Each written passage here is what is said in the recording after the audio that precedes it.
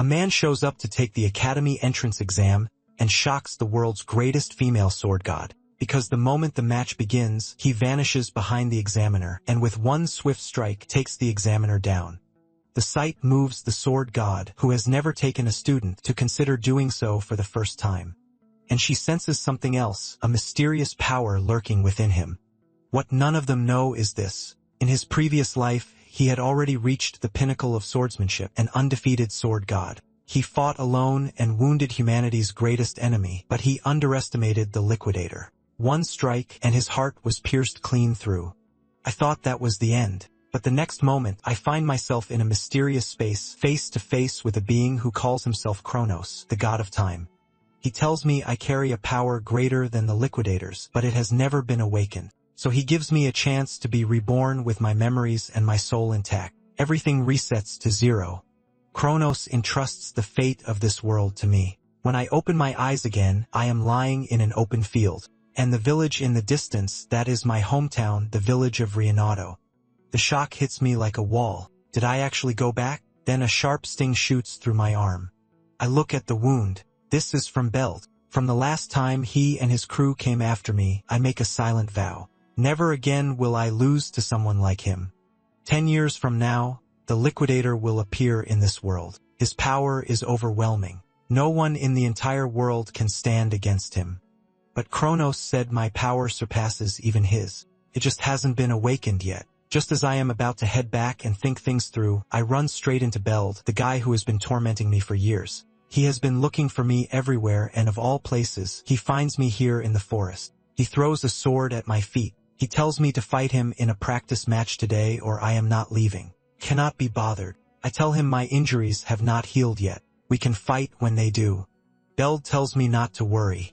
The swords are blunted, so it is perfectly safe. And before the words are even out of his mouth, he charges straight at me. He swings hard and fast, but I step aside without a second thought. I have lived through countless battles. To me, Beld's sword moves like it is standing still. Everyone watching is stunned. Since when did he get this fast? I step back to keep some distance and pick up the sword on the ground. If he is asking for it, I'm happy to give him exactly what he wants. The moment I grab the sword, Beld charges again. I rise and strike back in one motion, and his sword goes flying. Beld is caught off guard. He tells himself that was just a fluke. But the next second, I flash him a grin. Don't worry, I say. Blunted swords are perfectly safe, remember? And I bring the sword down on him. Even with a blunted blade, I carve a gash across his shoulder. He drops to his knees, hands pressed hard against the wound as blood seeps through his fingers. All of this is exactly as I expected, but I am not done yet. While he is still frozen in shock, I slam the flat of the blade across his mouth. The impact knocked several of Bel's teeth clean out. Bel is shaking now. How did you get so strong? He stammers. Desperate, Bel signals his crew to jump in. In under 3 seconds, they have a plan. He's gotten strong. Rush him from behind all at once. Moments later, they had me surrounded. I let out a cold laugh. You all want the same thing Bel just got? They are not listening. They come at me all at once. I smile again. I was gonna let you walk away, but you had your chance. 10 minutes later, every one of them is on the ground. I used to be terrified of these guys, and now I put them all down without breaking a sweat. If I recall correctly, they train at the Saria Swordsmanship Dojo, and I am right. Except they have been skipping practice lately, figuring they are already strong enough. I almost feel sorry for them. This is what passes for strong around here. The dojo probably has nothing to offer me in terms of raw skill. But there is one thing I need from it. I have never been there myself, but I remember you need a recommendation just to get in. Beld tells me to ask someone else. If his master finds out he lost, he is going to be punished. My answer is a single effortless sword swing. Stop talking, I say. Do what I told you. The blade passes and a leaf splits in two right in front of Beld's face. Beld bolts. Let me show you the way, he says. The dojo is right over here. I'll take you there myself. On the way there, Beld asks why I even want to go. With my strength, the dojo should be pointless. I tell him the dojo holds a recommendation slot for the academy. That is what I am after. Someone nearby mutters under his breath, even if it is the academy, someone as strong as me has no need to go. His words pull me into memory. If this were truly enough, I would not bother. But it is far from enough. Even the strongest force in the world could not survive a single blow from the liquidator. Even when I unleashed the mysterious power, the moment the liquidator got serious, I could not touch him. I do not know how strong I need to become to defeat him, but in that moment, brief as it was, I truly held the dark force in my grasp. And for that instant, I stood as the greatest sword god. Back then, I focused only on the swordsmanship the sword saint had taught me. If I could train across multiple sword disciplines at once, the way the sword saint did, my power might grow in ways I cannot yet imagine. But wielding the dark force to become a sword god in my past life, that was only a fleeting moment. My true swordsmanship was still too raw, so I believe this is exactly why Kronos, the god of time, sent me back. A short while later, I arrive at the dojo. The master apologizes for her students' behavior. She has already expelled them. She will not tolerate that kind of conduct from her students. I get straight to the point. I heard you can write a recommendation letter for the academy. I am here to ask for that. At that, she slowly draws a sword. She says she is willing to write it, but first, she needs to see what I can do. She tells me to make the first move. Come at her whenever I am ready. I do not hesitate. The moment she finishes speaking, I close the distance. In just 3 seconds, we exchange over a dozen blows. The master's mind races. Something is off about this one. To her eyes, the swordsmanship I show at my age is razor-sharp and deeply practical, as if forged through countless real battles. No wonder Beld lost. He never stood a chance. Yet something else catches her eye. My style feels mostly self-taught, but every now and then there are traces of formal academy technique. Has someone trained him before? In the end, the master reaches a verdict. My swordsmanship is rough, but the talent is undeniably there. A quiet smile crosses her lips. A diamond in the rough, just waiting to be shaped. Then she decides it is time to wrap things up. Ashamed to end it, but the moment has come. But I saw through her the whole time. I have been waiting for exactly this. I surge forward and knock the sword right out of her hand. The master's eyes go wide. After that, no matter how many strikes she throws, I block every single one. She cannot figure it out. Why do I not fall back? How am I keeping up with her? She only meant to test me lightly. Now she finds herself going all out. And then, something she has not felt in a long time, fear. The realization shocks her. At that very moment, I raise my sword, and the mysterious power begins to radiate from my body. Without even realizing it, the power has awakened. The instant she rushes in, I swing, and a faint trail of dark energy tears through the air. But the master does not meet it. She pulls back instantly. A sense of dread told her not to, and that surge of mysterious power has drained me. My body feels hollow. The master seizes the opening. She moves in for the finishing blow. Her instinct was right. She just never took the strike, so she never felt what it carried. But when her sword comes down, the expression on her face turns to pure shock. Her sword is broken, snapped clean through, and she never even noticed it happen. My earlier strike had already cut through her wooden sword. If she had pushed forward then, it would not have been the blade that broke. I am just stunned. I have tapped into that power from my past life again. Then my mind goes completely blank, and I drop to my knees right in front of her. This makes one thing clear. My body is nowhere near ready to handle this power. I force myself to stand. I'm fine, I say. I consider whether to tell her about the power. She is clearly strong, stronger than most, but I let the thought go. She would never believe me, and honestly, I cannot even control it myself. I give a quiet laugh. I just got a little carried away. That's all. The master stares at the broken sword with an iron expression. Logically, this should be impossible. A blunted blade should not be able to do this, and she is certain I know it too. Seeing how serious she looks, I play dumb immediately. What's wrong? She slowly closes her eyes. If I'm not going to talk, she's not going to push. Then she turns to face me. You wanted a recommendation letter for the academy. Correct? She says she can write one. A letter recommending me to the Royal Sword Academy, the finest institution in the kingdom, but she will not send me there. Her reason is simple. That place is not right for me. Disappointment hits me hard, but she is not wrong. Where I stand right now, I would barely make an impression. I lack raw power, and my technical swordsmanship still has a long way to go, but then she shifts completely. Don't misunderstand me, she says. Place the you should be going is the World United Academy. Those words hit me like a thunderbolt. This is not the top academy in the kingdom. This is the top academy in the entire world. Countless legends have walked out of those gates, and this is the very academy where the sword saint himself was trained. I stare at her in disbelief. With my current strength, how could they ever accept me? She knows this better than anyone. You already sense it yourself. Your body is far from meeting the standard of a proper swordsman. At the Royal Sword Academy, maybe your technique could carry you through. But at the World United Academy, that will never work. Even she cannot understand how I developed this level of skill in such a frail body. I let out a quiet sigh inside. Every student at that academy is a monster. With this body, I do not even qualify to compete. The master tells me not to lose heart. There are 9 months before the exam. It is tight, but there is still time. My heart jumps. Is she saying what I think she is saying? And sure enough, just as I hoped, the master tells me to prepare myself for suffering because what she has planned for me is nothing short of hellish training. I have no idea just how brutal it will be, but this is exactly what I wanted. Then for the next 9 months, I am in your hands, master. Whatever it takes, I will give everything I have. From that day on, I follow the master's training plan to the letter. Every single day is relentless. Beyond the training, I have to fuel my body. The master prepares heaps of meat for me and spirit elixirs so bitter they make me gag. All of it to forge my body into something tougher. But the heart of it all is swordsmanship. Training with the master consumes most of my days. 8 months pass in the blink of an eye. My physical condition is transformed. The master says there is little left she can teach me now. The next step is to set out for the World United Academy with confidence. There is still a month to go, but the master thinks I should not walk into that exam in an unfamiliar place. Better to arrive early and get a feel for it. Before I leave, she also makes sure I have more than enough money for the journey. I take the travel funds she hands me and make a silent promise. I will not let her down.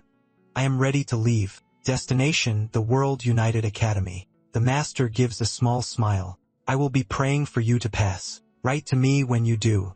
Over 20 days later, I finally arrive at the World United Academy. I have never seen anywhere this grand in my life, and now the Academy is about to distribute the exam entry passes. The candidates here are beyond counting, but only around 20 will make it through. The word is the number changes dramatically every year. Sometimes 50, sometimes just 1, sometimes several 100. No one ever knows. Before long, a red-haired woman steps forward to address the crowd. Let's get straight to it, she says. Entry passes are now being distributed. Candidates, please take the pass in front of you. She snaps her fingers. The moment it sounds, a golden light washes over the entire crowd. And just like that, a slip of paper appears in every candidate's hand. Mine reads, Candidate number 513, Foundation Course. Her voice carries from the platform above. Some of you may be surprised to find nothing on the pass except your number and course. Do not be alarmed. It is the same every year. The World United Academy does not discriminate based on age, gender, nationality, background, or anything else. Here, even your name means nothing. Only those who pass the exam and earn the right to cross the bridge will be asked for their name. And if they prefer, they may even give a false one. It makes no difference. This surprises me. I never told anyone I wanted the sword arts course. So how did they know? It turns out she assigned courses based on appearance alone. She says if anyone was assigned the wrong course, raise your hand and she will personally kneel and apologize. Nobody buys it. There is no way. They must have investigated everyone beforehand. Some even whisper that she used some kind of mind-reading magic. After a moment of silence, no hands go up. She moves on and announces the exam schedule. The moment she finishes speaking, numbers appear on my pass, Sword Arts course, day 111 in the morning. I curse under my breath. Day 1 already? I was hoping for time to let my arm recover. The red-haired woman speaks again. This is a one-time practical exam. Anyone who arrives late is automatically disqualified. Be there on time. Individual requests to reschedule will not be considered. I reach up and touch my arm. A few more days would have made all the difference. On the road here, I ran into ogres and their general. Cornered and outmatched, I tapped into the mysterious power once more. One strike, the ogre general was gone. I needed a long time to recover after that, which is why I only arrived on the final day before exams. My arm took serious damage in that fight. It looks like I will have to walk into this exam injured. Soon, a staff member comes to tell me it is time. I am up. I take a slow, deep breath. This is not the moment to be pessimistic. My left arm is fully functional, and my right can still move to some degree. That should be enough to get through this. The moment the match begins, I need to find the examiner's weakness fast and put him down before time runs out. Just ahead, another candidate is in the middle of his match against the examiner. The examiner drops low in an instant, then drives a single swing that sends the stocky candidate flying. The defeated candidate retrieves his weapon and walks off the floor. A grim smile crosses my lips. I am in trouble. With my arm this damaged, taking him down quickly is going to be nearly impossible. The examiner finishes off the candidate. He turns and calls out to me. "You're next. Stop dragging your feet." I walk onto the floor slowly. My confidence is shaky. My right hand is in bad shape. The examiner stands with his hands clasped behind his back. "You may attack first. Give it everything you have." I tighten my grip on the hilt. He does not need to tell me.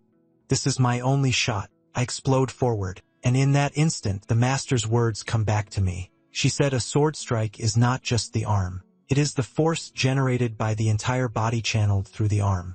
Now is the time to put that into practice. Even if my right arm is weak, as long as I can route the force through the rest of my body, it will work. I close the distance and swing.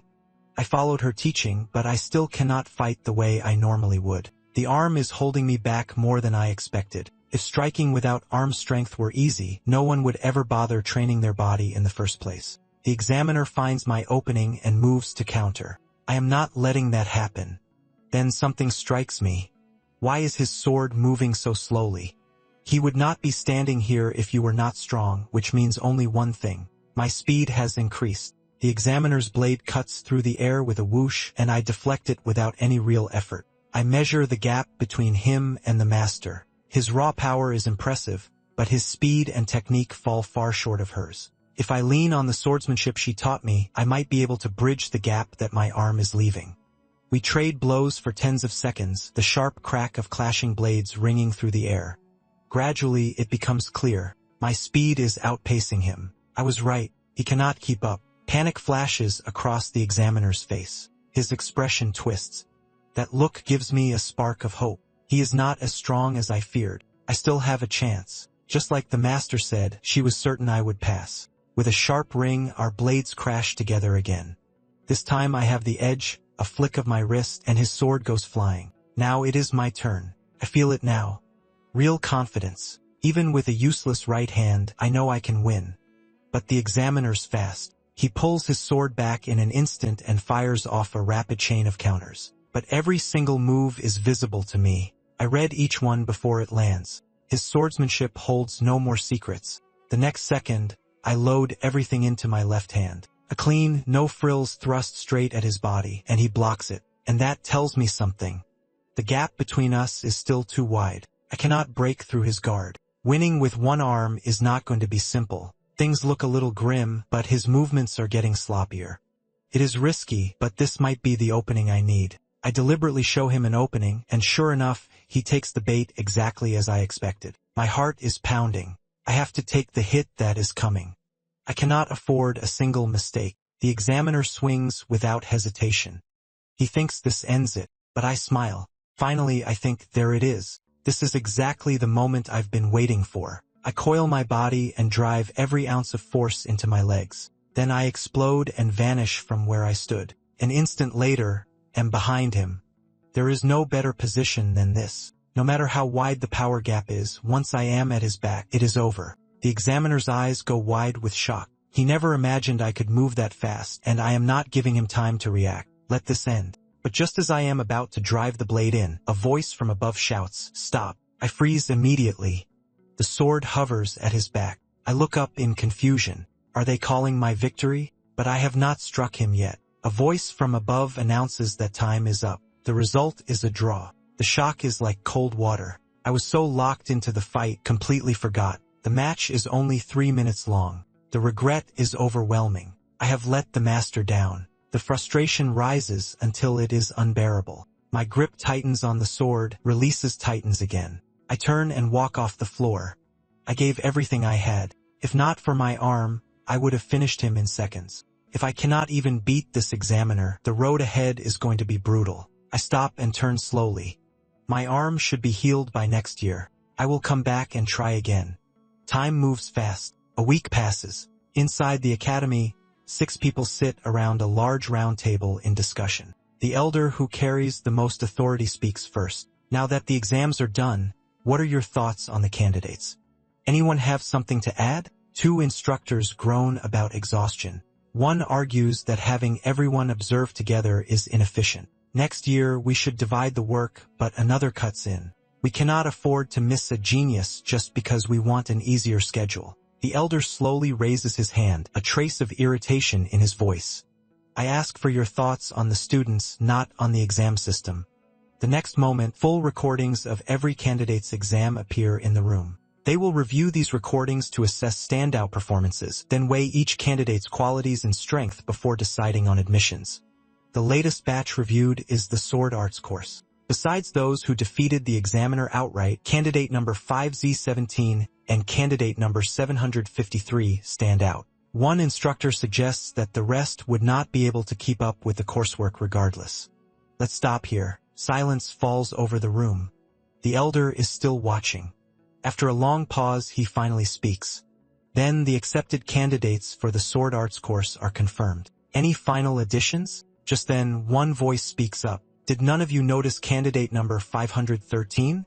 The elder's gaze sharpens slightly. Is there something remarkable about candidate 513?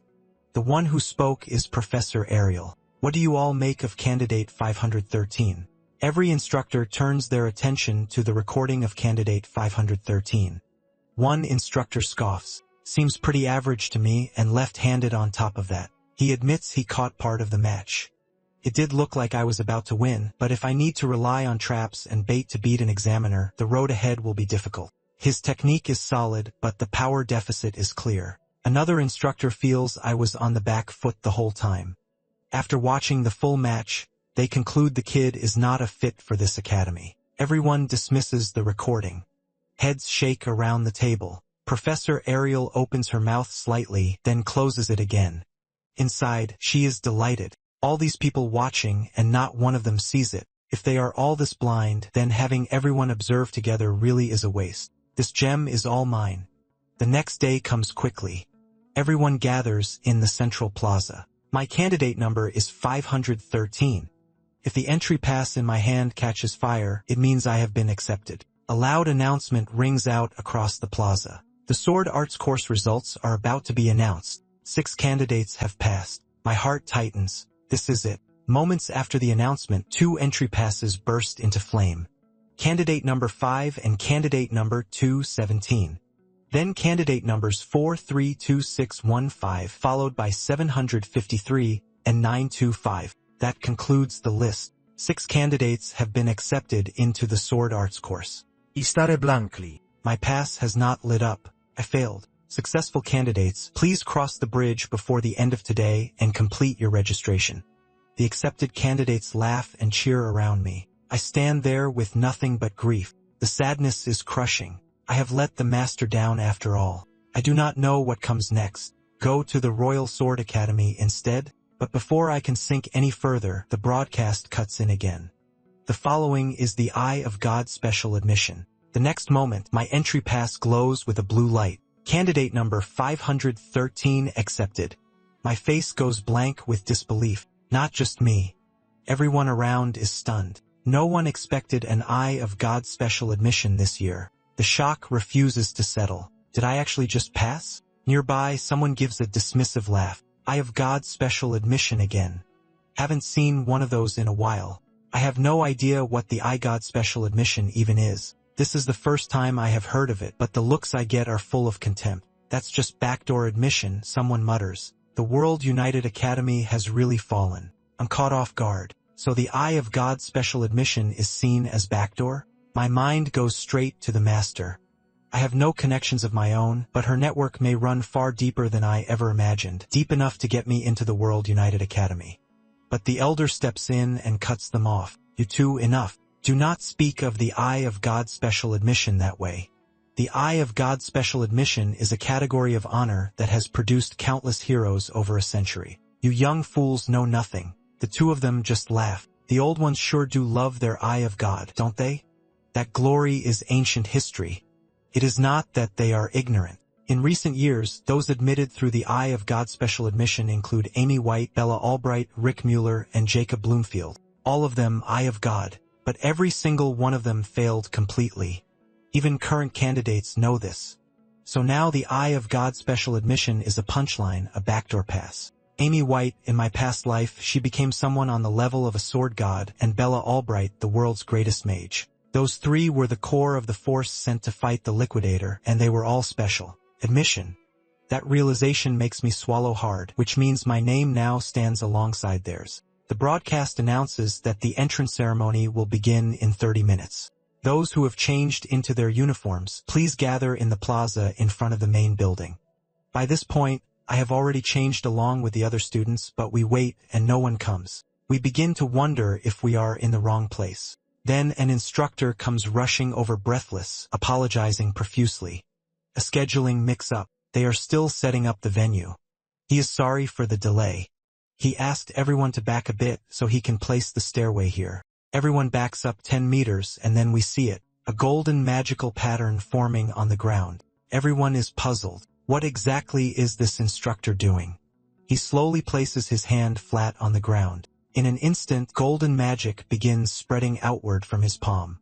At the same time, a golden magic formation lights up across the entire plaza. A golden staircase rises from the ground, stretching up toward the entrance ahead. Everyone is stunned. What kind of power is this? The density of that magic is unlike anything we have seen, and this is just one of the Academy's instructors. In the blink of an eye, golden staircases rise on both sides of the main building. Every student stands there, breathless with awe. The instructor smiles quietly. You may go up now. Find a seat wherever you like. Everyone is in awe of the massive magical teleportation formation from moments ago.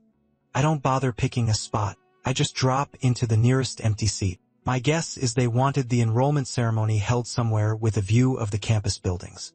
What an extravagant use of teleportation magic. But regardless, I finally made it into the World United Academy. And after seeing the strength of the instructors over these past 2 days, I can only marvel at just how formidable this place truly is. Ahead of me, someone is puzzled. Aren't there a few too many seats? If only 30 students were admitted, there's no way they'd need this many. Someone else laughs. You really don't know?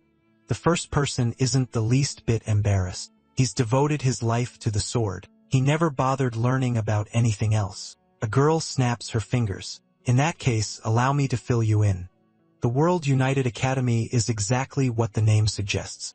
It gathers the finest students from every corner of the globe. So it's not just us. Candidates from all over the world are being evaluated and admitted. She raises her hand and points upward. Look at the sky. They're already here. The next moment, the sword. Focus students' jaw drops. The sky above is filled with airships, and among them, magical beasts. He shoots to his feet in shock. The sheer scale of it is overwhelming. I notice a smaller vessel hanging beneath one of the airships. My eyes go wide. That's the Strato airship. I boarded it once back when I was a member of the Liquidator Squad. It's said to be one of the largest airships in the world, and they've deployed it just for an enrollment ceremony. Then again, it's perfectly on brand for the World United Academy. Everything they do has to make a statement. Once the airships touch down, students begin filing in one after another from every nation on Earth. Then a large hand comes to rest on the podium. It seems everyone has arrived. The enrollment ceremony will now begin. Half an hour of speeches passes in what feels like no time. It nearly puts me to sleep. Turns out, even the World United Academy's enrollment ceremony is just as dull as any other school's. Just then, a student near me rises. Next up are the speeches from each course's top student. First is Leonard, top student of the Sword Arts course. The moment he steps onto the stage, murmurs sweep through the crowd. Is that really the one who took down an examiner in an instant during the entrance exam? Rumor has it his swordsmanship rivals that of any professor in the academy. This is Leonard Apaze, a true undisputed genius of the sword. I study him with genuine curiosity. The guy is striking. I'll give him that, but I don't recall hearing of any great feats he accomplished in my past life. Leonhardt greets the faculty, then asks a question whether he's free to speak his mind. Instructors nod. With the answer he wanted, he steps forward to speak, and his very first words leave everyone stunned. I have a formal complaint to lodge against the Academy. But first, let me say hello to all of you who were admitted through proper channels. It is my honor to stand alongside you as fellow students of this Academy. Let us strive together so that when we graduate, we may each make a meaningful contribution to this world. The crowd is unmoved. The speech is painfully generic. Nobody cares. What they really want to know about is the complaint. There's no applause from below, but Leonhardt doesn't seem to mind. I look forward to the day we walk forward together, side by side, as students of this great institution. Then his tone shifts. His gaze cuts straight to Professor Ariel at the back. Unfortunately, there is someone among us who has no right to be here. Am I wrong, Professor Ariel? The Eye of God herself? Professor Ariel clearly didn't expect to be called out. This kid has no idea who he's dealing with, but she smiles and responds calmly. Every student here passed a rigorous examination. They may not be as strong as you, but excluding them would hardly be wise. Ariel's smile sharpens. Why are you directing this at me? Are you suggesting my Eye of God is somehow unfair? That's exactly the opening Leonhardt was waiting for. I'm not talking about those who passed through official exams. He means the student Ariel slipped in through the back door, admitted under the Eye of God special admission. Ariel doesn't get angry.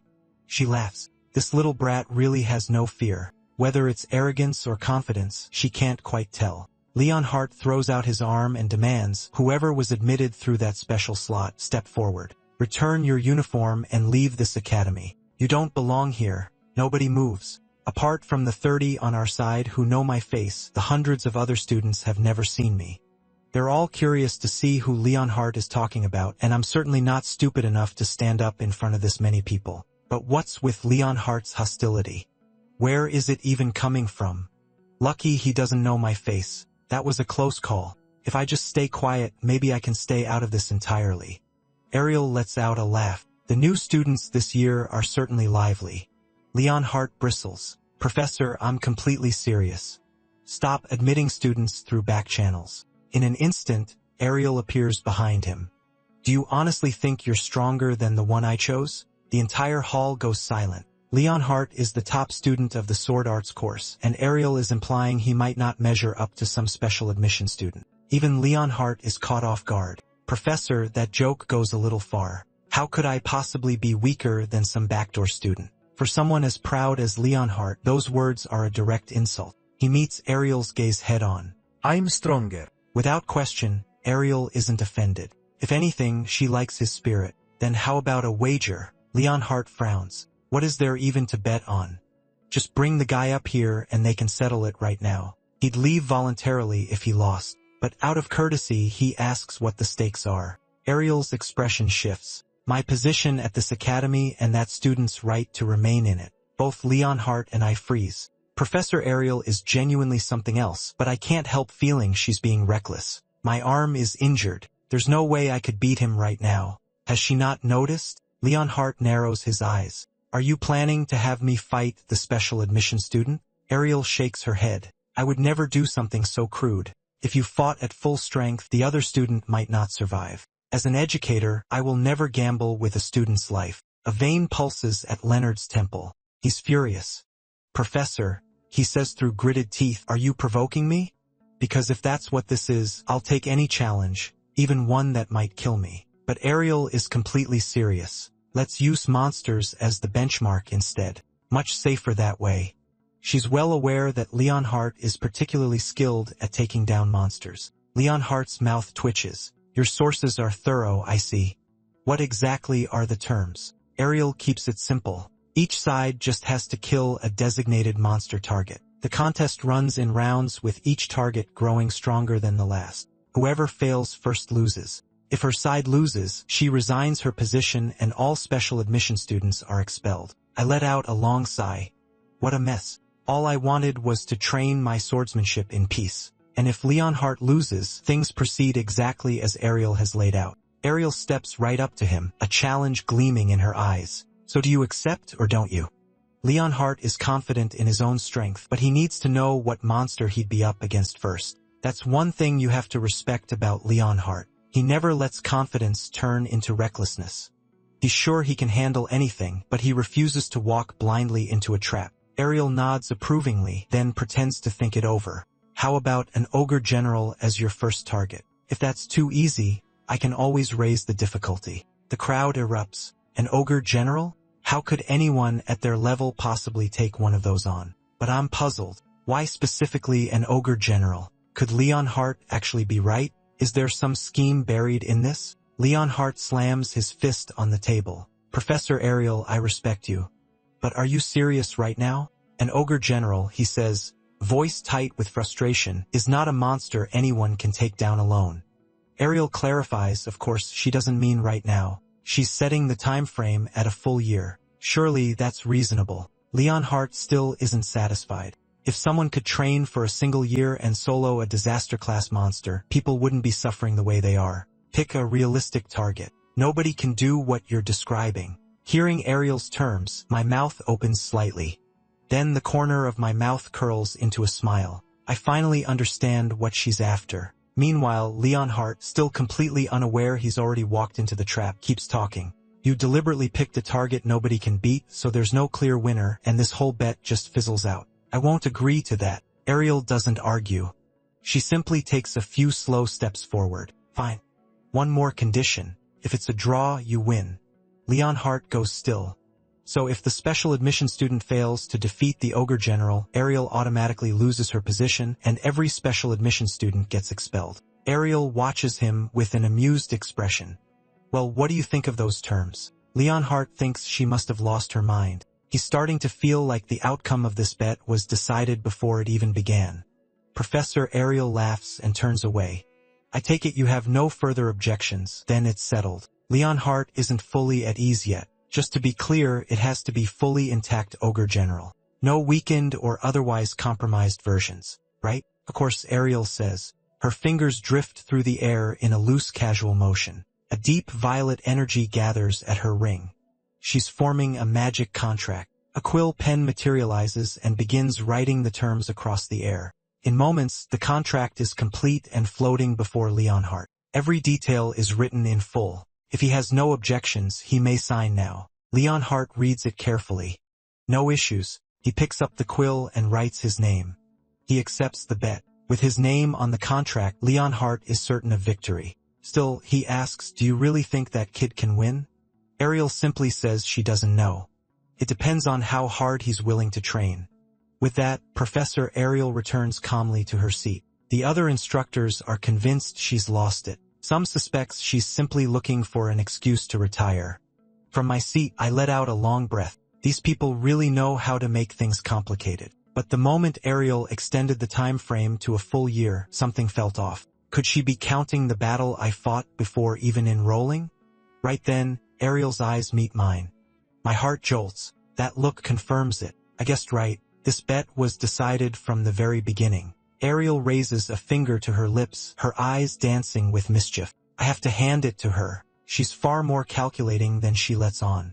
And just like that, my first class begins magic. The instructor speaks from the podium at a measured pace. Some of you may be surprised that we're jumping straight into lessons on the very first day. But as students of this academy remember, not a single day can be wasted. He then launches into the fundamentals, specifically how to channel magic. Within each of us flows an invisible energy called ether. By manipulating the magic circuits inside our bodies, we are able to cast magic. I'm sitting all the way in the back row. I was worried I might struggle to keep up, but so far it's manageable. I heard this exact explanation back at training camp. My gaze drifts downward. There's still one very annoying problem. I've been put in the same class as that insufferable guy. I laugh bitterly to myself. I don't have time for this. I just need him to not figure out that I'm the eye of God's special admission student. But the instructor catches my expression. You there on the far right, you look like you're finding this rather dull. Turns out he's had his eye on me this whole time. Less than 5 minutes into class and you're already looking around. Quite bold of you. I didn't expect him to catch me from the back row of all places. I'm sorry, I say quickly. His book snapped shut. If you're that confident, why not show the rest of us what you've got? He assumes I at least know basic magic. But before he can finish, I cut in. Respectfully, Professor, I'm in the sword arts course. I assume not knowing magic would be fine, the instructor scoffs. Even if all you use in combat is a sword, you still need to understand the basics so you can coordinate with mages. You need to know at least the fundamentals. That catches me off guard. His explanation is word for word what I heard at training camp. Does that mean the spells he's about to teach us will be the same ones too? Before he can say it, I jump ahead. Would the spell happen to be the ether bullet? The instructor blinks, visibly caught off guard. You know it already?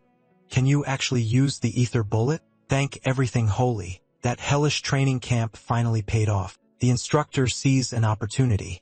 He calls for a demonstration, a duel. Leonhardt, you can use the ether bullet as well, correct? Leonhardt rises from his seat. Yes, Professor. I've trained with ether bullet. That said, Professor, my training extends well beyond swordsmanship, magic included, and all of it before I even enrolled here. Pitting him against me in a live match might be a bit of a risk. The instructor weighs it off. No matter the gap in strength, you're only using ether bullets. He won't die. The student behind you is this year's Eye of God admission.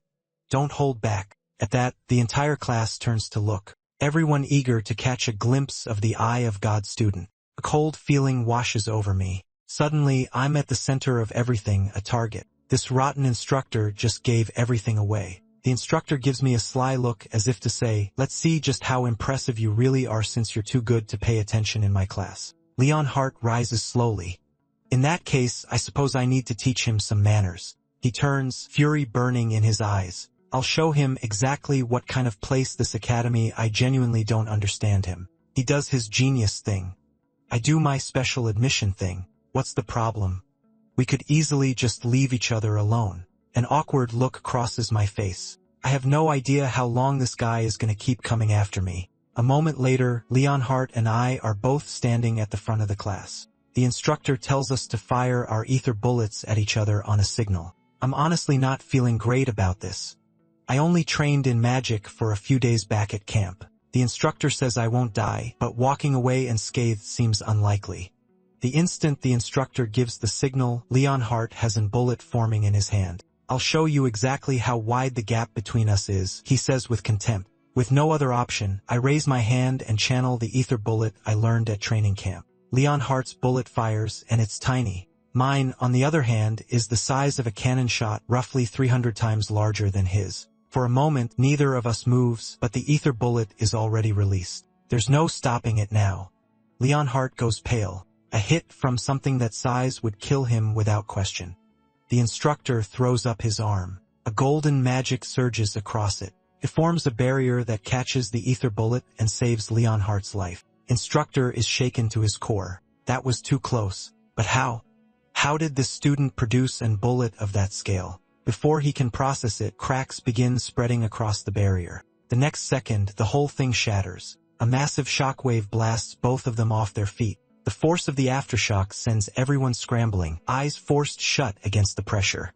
Leonhardt flies backward, his whole body absorbing the full force of the impact. The instructor rushes over. Are you all right? He reaches him and finds Leonhardt trembling. Leonhardt forces himself upright. I'm fine, he says. But if it weren't for your barrier, I'd be dead. After confirming Leonhardt isn't seriously hurt, the instructor's gaze locks onto me.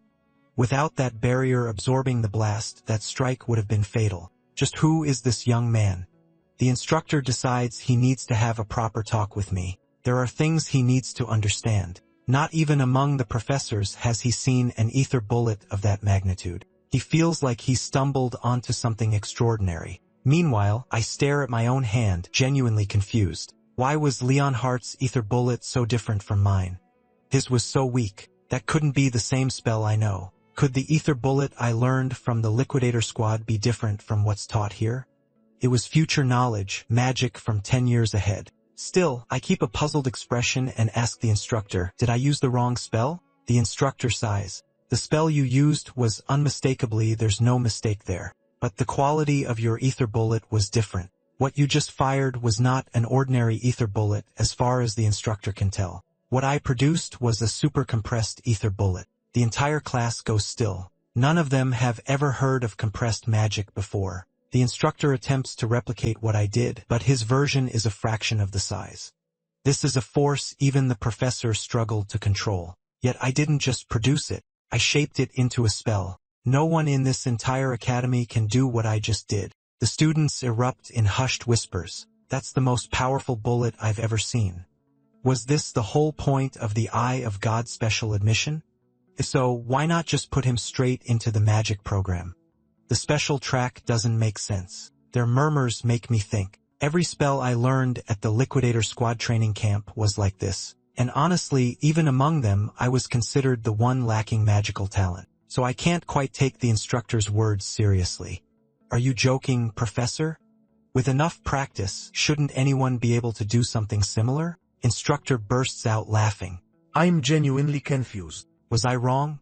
His laughter grows louder. You really are a genius. Having you train with a sword is a crime against talent. That catches me off guard. Surely it's not that dramatic. The instructor steps right up to me. Transfer to the magic department. Become my personal disciple. I'll vouch for you personally, and I'll teach your magic myself. Your talent for magic far exceeds your talent for the sword. I'm certain of it. I decline without hesitation. I'll pass. Everyone's always told me I'm not cut out for magic. The instructor brushes off my refusal entirely. Those people simply had no eye for talent. You've already mastered the ether compression technique, and at your age, you've produced a super compressed ether spell. By this academy standards, you are an unparalleled genius. I will personally guarantee that. I don't know who told you that you had no magical talent, but they clearly had no idea what they were talking about. Gray, are you truly not considering a transfer to the magic course? His words send ripples through the class. For a professor who almost never hands out praise, this is extraordinary. The instructor raises a finger. If you walk away from magic, it will be the greatest loss this world has ever seen. I'd go so far as to call it a crime against magic itself. I laugh. Professor, you're exaggerating. Just then something clicks. The instructor mentioned ether compression technique. I've heard that term before. My mind drifts back. Someone once told me you don't yet know about OD organic drive, the life force within living beings.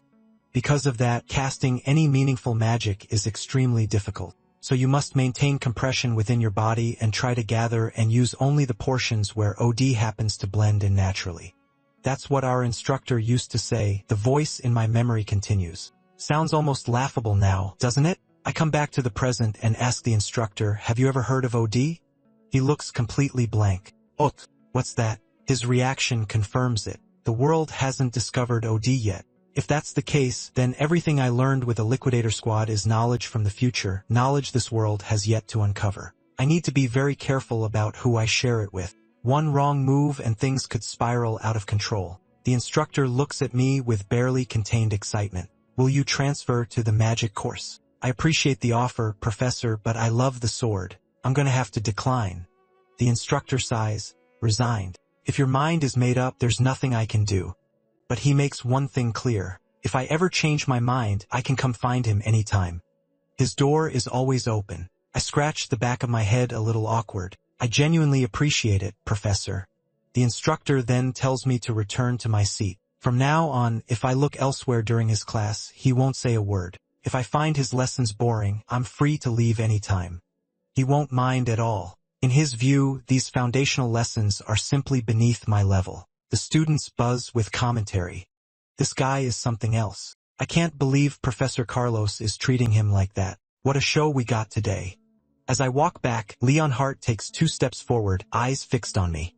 His heart is pounding. A deep red rose blooms somewhere inside his chest. The proudest person in this entire academy, Leonhardt Apius, has just become a fan of Gray. A chill runs down my spine. Don't tell me this guy's going to start following me around. After class, I find a note from Professor Ariel. Come to my office after school today. A little unexpected. She didn't say a word to me beforehand. My first suspicion, Professor Carlos put her up to this, trying to get Ariel to back a transfer to the magic department. I arrive at Professor Ariel's office door before long. Hopefully, my guess is wrong. I knock and find the door unlocked. After a moment with no response, I push it open and step inside. Forgive the intrusion. The next instant, a sword comes flying straight at me. The moment I register it, my hand moves on instinct, blade drawn in an instant. A flick of the arm sends the attacker's weapon spinning away.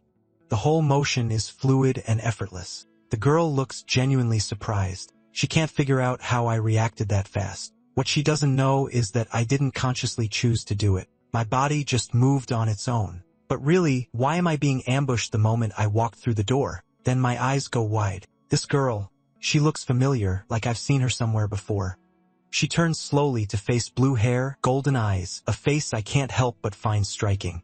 From across the room, Ariel laughs. Your reflexes are something else. I'll give you that. It seems my judgment was right. Bringing you into this academy was the correct call. Two other instructors stand nearby unconvinced. Bella, did you hold back just now? Your movements were flawless, but losing your sword that easily doesn't add up. Did your master tell you to go easy on him?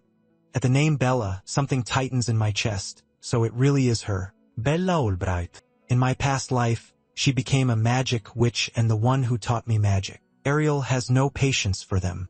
Are you too serious? If you can't even tell whether she held back, maybe you should consider resigning. The man laughs it off. Just a joke, Ariel. No need to take it so seriously. He hands over the gold coins with a grin. I watch them settle their bet right in front of me and slide my sword back into its. How charming. You weren't betting on me, were you? Ask. Ariel doesn't deny it. We were. The bet was whether you could hold off Bella's surprise attack. Thanks to you, I made quite a profit. She flicks her thumb and sends a gold coin spinning through the air toward me. You're cut. My irritation evaporates the moment I catch it. This single coin is enough to cover a full year of living expenses. One of the instructors watches my hand and speaks up just as Ariel described. From that brief exchange, it's clear he deliberately avoided using his dominant arm, almost as though he's protecting an arm that can't function properly. The second instructor nods. His right arm is injured and severely at that. It's not a surface-level physical wound. Something far deeper. No ordinary injury causes that. Something struck it or it was pushed far past its limit. Leave it untreated and it could become a permanent condition. I'm stunned. One glance and they've already mapped out everything accurately. This is why they teach at the World United Academy. They share a knowing laugh. If we couldn't see at least this much, we'd have no business calling ourselves professors here. Though it seems Professor Ariel noticed it even back during the entrance exam. Ariel cuts in, clearly done with them. Since you both understand the situation so well, do you mind leaving? He's my student. I'm not giving up on him, and you two are acting like you know more than you do. The man laughs again. We admit the kid has potential, at least for now. Take good care of him. But there's one thing he needs to hear. If that injury doesn't heal, it means he hasn't truly reached the standard required for admission. He'll struggle every step of the way here. Make sure he understands that. Their words hit home. I need to find a way to heal this arm. And soon, once they're gone, the room is down to just the three of us. Ariel Exhales. Annoying pair, finally. Now then, let's talk about magic and about the girl beside you. Earlier today, Ariel heard what happened in Professor Carlos's class, that I produced a super compressed ether bullet. Professor Carlos came to her office in person to request the transfer. She turned him down. Ariel sets down her coffee slowly. Nothing escapes Ariel's sight. She can tell I'm meant for the sword, not magic. Then I notice her eyes and I go still. Her pupils have shifted, changed. You don't appear naturally gifted at compression magic, she says. There's no sign you've practiced it either. I take a guilty sip of tea. One look from those eyes and she already knows. Lying to this woman would be pointless. You're right, I admit. I never specifically trained in compression magic, exactly what she expected. Nobody lies in front of those eyes. Still, she wants to know what method I used. She promises to keep it entirely to herself and offers compensation.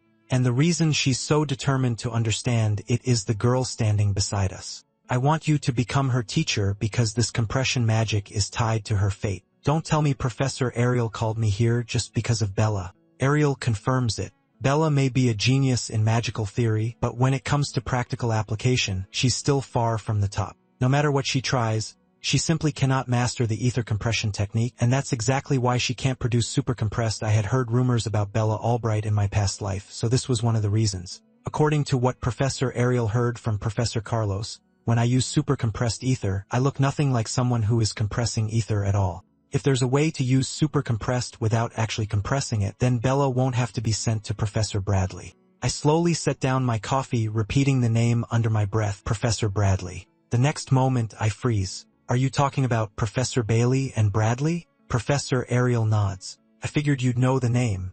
The man is infamous. He has conducted countless experiments on human beings, killing many in the process. On top of that, he triggered a magical disaster that claimed the lives of tens of thousands. He is the worst magical criminal in history, and even now, he has yet to be captured. If Bella cannot produce super-compressed ether before the end of the year, she will be sent to him for surgery. A bad feeling sinks into my gut. Sending Bella there is no different from sending her to her death. That place is filled with unspeakable experiments. Exactly. The surgery is framed as magical enhancement, but in reality, it is human experimentation. Bella's life is now in your hands. It hasn't been made public, but rumors say many young girls have died because of his experiments. Some are dead. Others are broken beyond repair. It is dangerous and horrifying. If Bella cannot produce super-compressed, she has only two choices: expulsion or the experiments. Professor Ariel is seething. I would rather see you expelled than let that man lay a hand on you. I don't rush to answer. I think carefully. The magic I know is knowledge that doesn't exist yet in this era. Sharing it could change the course of history. Bella's hands begin to tremble. She desperately wants my help, but she doesn't say a word to pressure me. I see it clearly.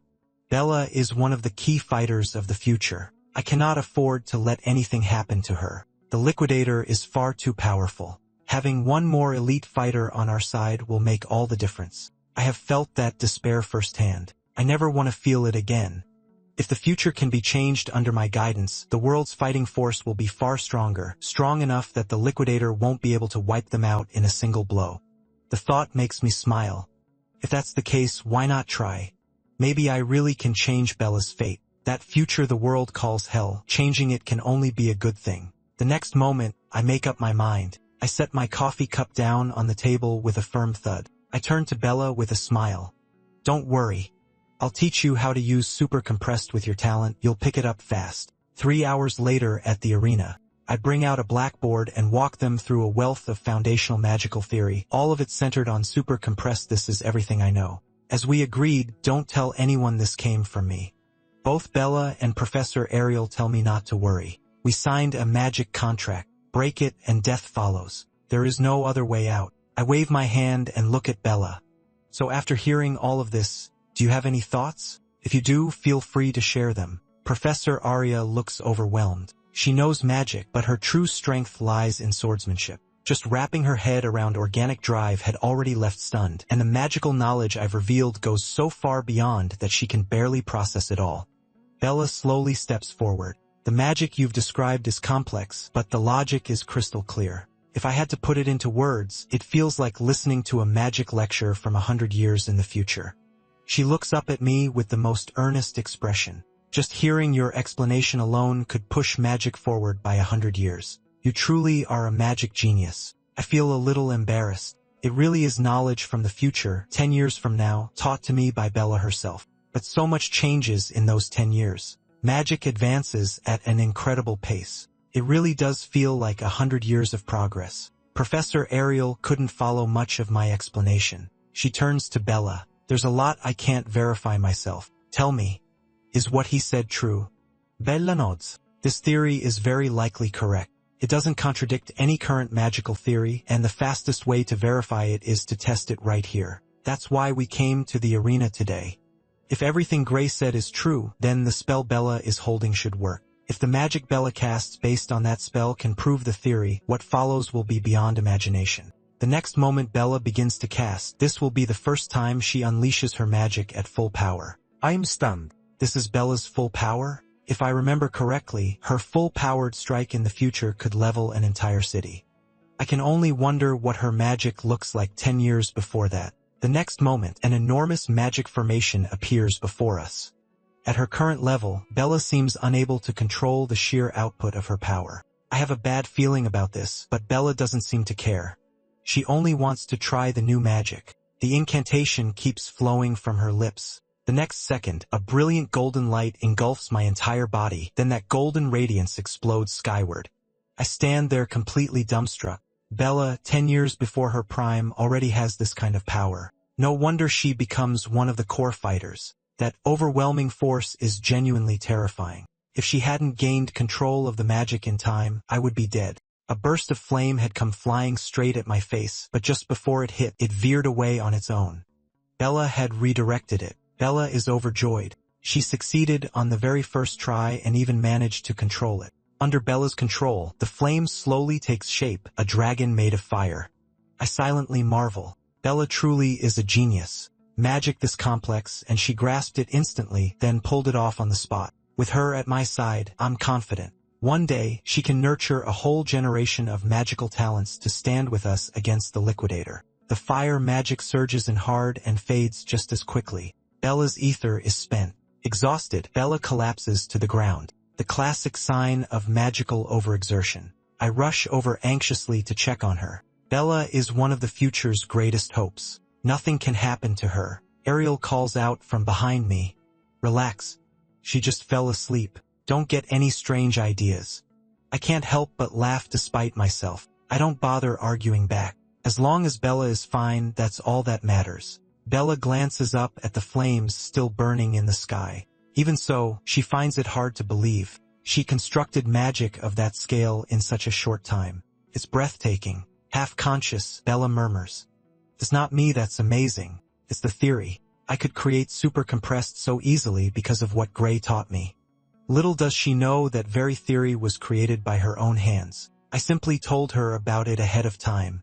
Professor Ariel chuckles. Now that she can produce super compressed ether, she no longer needs the surgery. I'll personally notify Bradley and have it cancelled. I'm relieved we've avoided that dangerous surgery. But what moves me most is that Bella never lost control of her magic. That alone says everything about just how terrifying her talent is. I turn to Ariel curious. Did you say her control of magic? Yes. Control. Bradley surgery can boost magical output, but the cost is control. The exact mechanism is classified, but it seems to work by forcibly breaking through the body's natural limiters. I stroke my chin as it all clicks into place. So that's it. In the previous timeline, the reason that which couldn't control her immense power, it was this surgery. I'm sure of it. Professor Ariel laughs. Thanks to you, Bella can now produce super compressed. That means the terms of our contract have been fulfilled. Professor Ariel raises her hand. Now it's my turn to honor my side of the deal. First, your arm. I'm gonna cast a spell on you, she says. Nerve restoration magic. Can repair your arm. The next moment, blue magical energy blooms in her palm. I can't help but stare. She presses that energy against the back of my hand and begins healing my injured right arm. A wave of powerful healing energy wraps around my entire arm. It feels cool and gentle, like a soothing current flowing through me. The healing magic works quickly. Professor Arya looks up. How does it feel? I roll my wrist. It really does feel much better than before.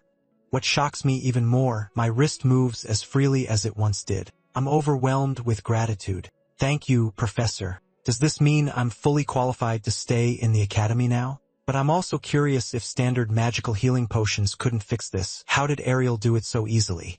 Professor Ariel laughs. Don't even compare my nerve restoration magic to some ordinary healing potion. Professor Ariel still looks a little concerned. Can your arm really move like it used to?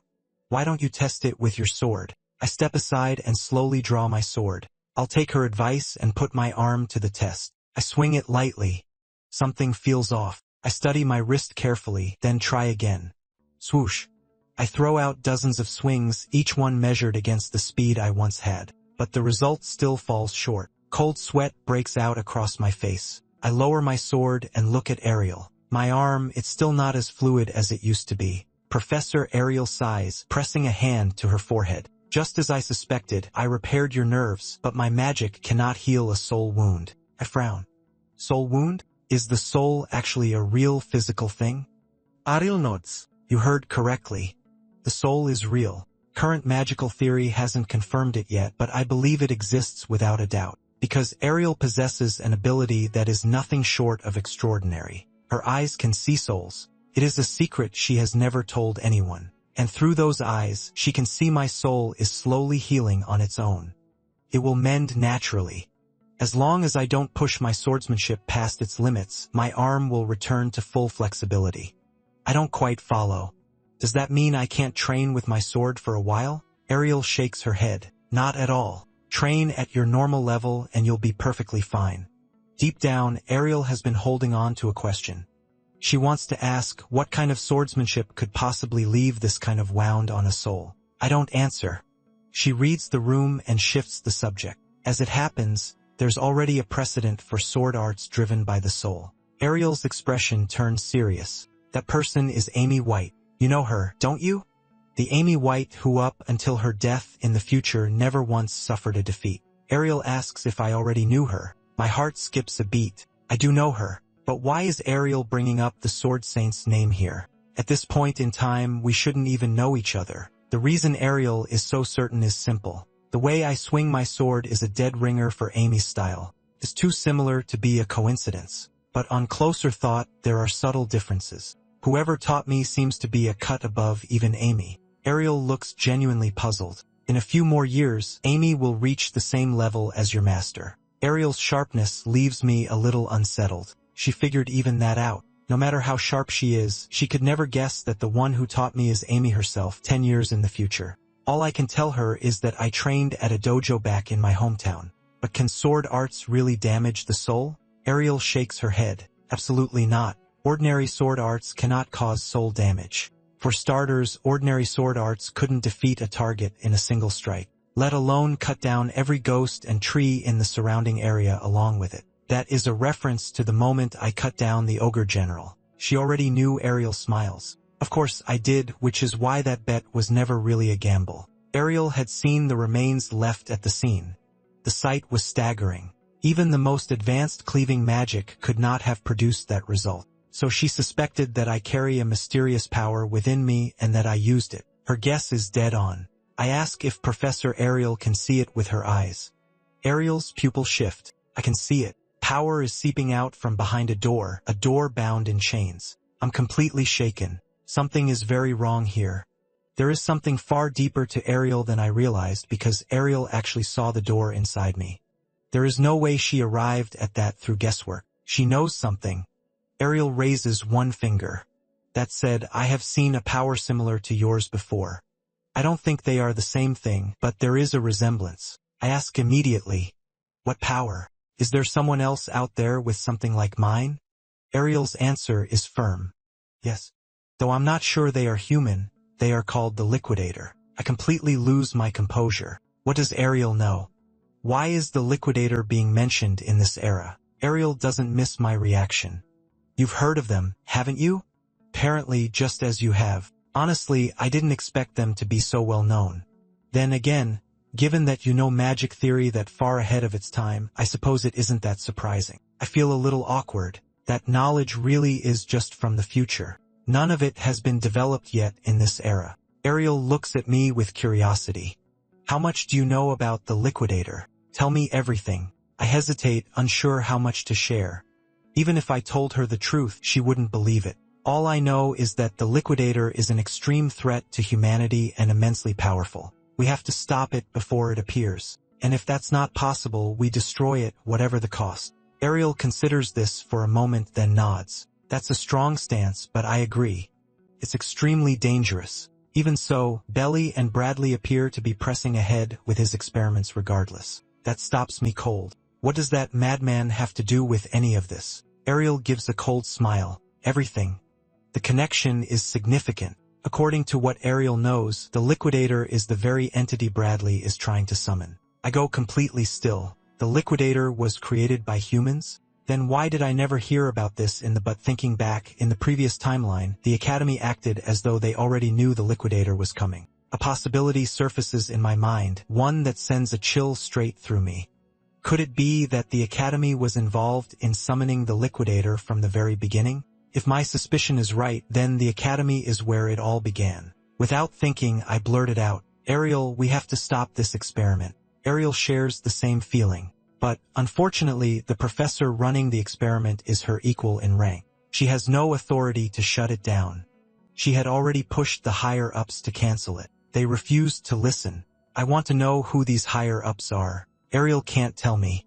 I don't have the clearance. Without an order from above, no one can force the experiment to stop. I let out a long internal sigh, not even a name.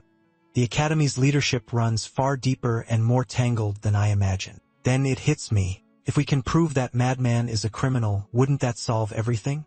In the previous timeline, Balian's illegal experiments cost tens of thousands of lives, and I know exactly where he carried them out. I turned to Ariel with a proposal. I know where he runs his illegal experiments. If we catch him in the act, we might be able to put an end to all of this, but Ariel shuts it down again. That won't work. Entering an academy professor's research facility authorization is itself a serious crime.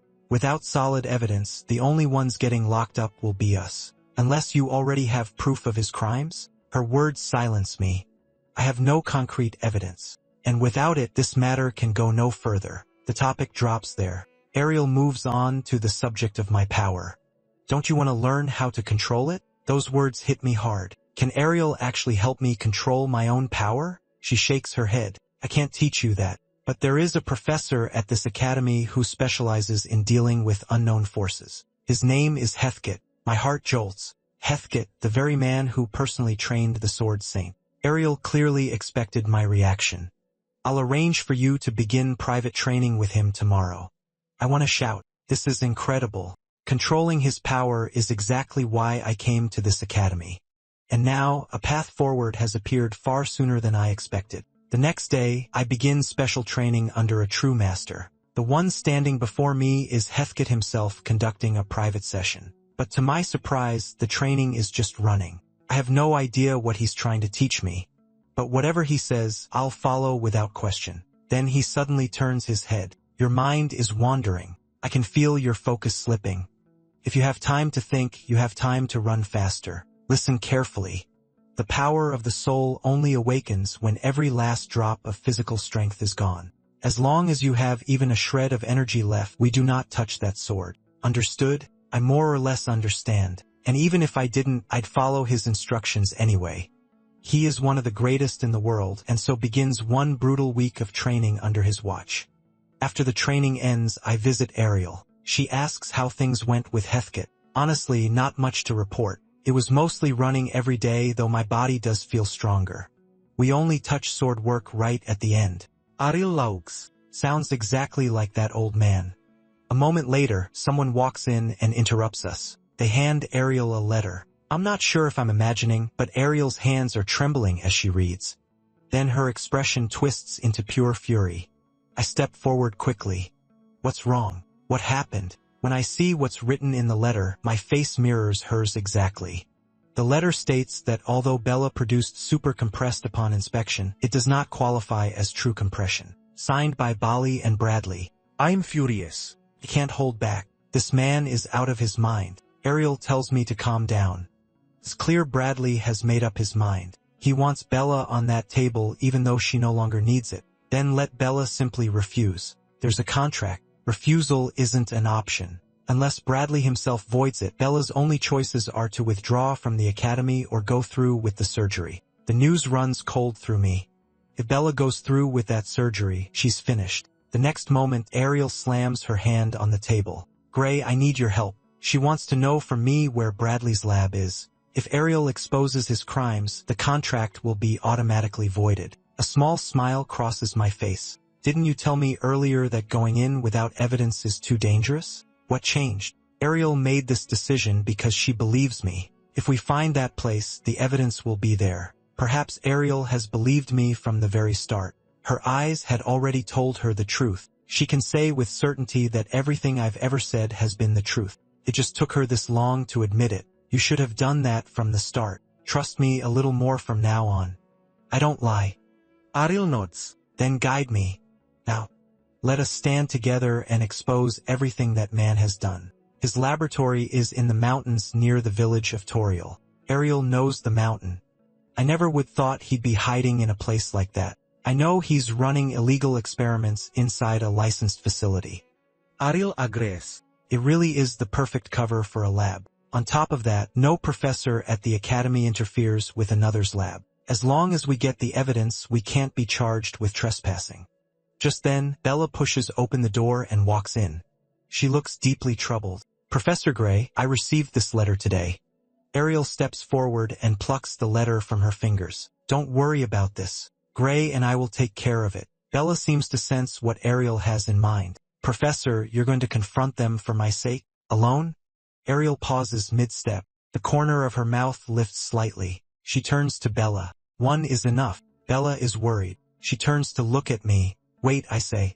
I'm going with you. Bella says the same. This is her life on the line. She has to go. Professor Ariel looks pained. The enemy you'd be facing is a madman who has carried out dangerous human experiments time and time again. If he gets his hands on either of you, no one can predict what he'll do. I can't let you walk into that. I disagree. You going alone is far more dangerous. If I use the same power I used against the Ogre General, I can be a real asset to you. And if you disappear, I'll be expelled as an Eye of God enrollee. So I have every reason to be there. At least let us have a say in our own fate. We won't slow you down. We'll only make you stronger. Ariel looks at the two of us and falls silent. Then she lets out a heavy sigh. Sounds like even if I said no, you'd follow me anyway. Fine. I'll allow it. But there is one condition. No matter what happens, your own safety comes first. We both answer at the same time. Understood. We already knew that, and so we head for the mountain. I lead them to a building tucked into the hillside. Bella stares at it. He really conducts illegal experiments in there? Don't doubt it, Ariel says. We're going in to find the evidence. I'm certain, I add. He's here. Both of them meet my eyes with sharp, focused gazes.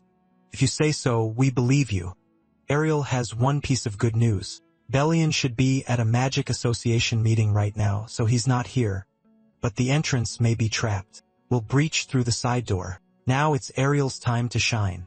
The moment we're inside, find the evidence immediately. Bella speaks up one more time. Professor, are you really sure you want to do all of this for me? Am I worth it? I cut in before Ariel can answer. You said that wrong. Stopping his experiments is for the sake of this world, not just for you. Understand? A moment later at Ariel's signal, we all charge in. My speed outpaces them both. I take the lead. At the same time, fire magic gathers in Ariel's hand. With one sweeping motion, a barrage of flames obliterates the door. Ariel's magic is terrifyingly powerful. One casual blast, and it causes this much destruction. I'm a little taken aback. Weren't we supposed to be sneaking in? Why are you making such blasting a hole through the sidewall? We prepare to step inside. But the moment I see what's inside, I stop cold. As we step into the laboratory, bodies everywhere. Every one of them Bradley's test subjects. Ariel had planned to search carefully for evidence. One look around, and there is evidence in every direction. Then we notice something further ahead. Not far from us stands something resembling a ritual altar. Bella looks shaken. What do we do now? Stick to the plan and take the evidence or look for survivors. I turn to her. We can't stay long. If we linger, Balian might come back. The words have barely left my mouth when I hear an unfamiliar voice. A figure slowly approaches from behind. Were you calling my name? Ariel looks at the figure and says evenly, how did your meeting go, Balian? The one walking toward us is none other than the infamous experimenter himself, Professor Balian Bradley. I shift into a fighting stance immediately. I never imagined Bradley would actually be here. Bradley speaks slowly. I sent a body double to the meeting in my place. I have important experiments here. I couldn't possibly leave. Ariel's eyes narrow. And what exactly is this important experiment? Apparently, Bradley had just acquired a fresh batch of test subjects. He wanted to run the experiments while they were still fresh, but the plan has changed. Your intrusion requires a small adjustment. Even Ariel looks rattled. The killing intent radiating from him is overwhelming. We have seen what we were never meant to see. Naturally, he intends to silence us. Bradley's eyes lock onto us. He doesn't know how we found this place, but he is certain of one thing. We didn't tell anyone we were coming. If all three of us disappear, no one will ever point a finger at him. Bella looks like she's on the verge of freezing up entirely. Ariel's voice is ice cold. Don't tell me you're planning to use us as your guinea pigs. Bradley merely chuckles. No need to be dramatic. Your sacrifice will push the boundaries of magic itself. Since I can't let you leave alive, I'll make sure every part of you is put to maximum use. The next second, a massive fireball launches straight at Bradley's face. The sudden attack catches him slightly off guard. Boom! The fireball detonates with a thunderous roar. Ariel glances at Bella. She hadn't expected the girl to strike without hesitation. Bella's expression is stone cold. She burns with hatred for Bradley. She shows no mercy. But what none of us expected, Bella's attack left not a single scratch on him. Bradley smiles as if this is all a game. The eye of God, Ariel, still sharp as ever, and a special admission student with talent this remarkable. Quite the surprise. I'll have to be more careful. After all, besides Bella, there's another eye of God candidate standing right in front of me.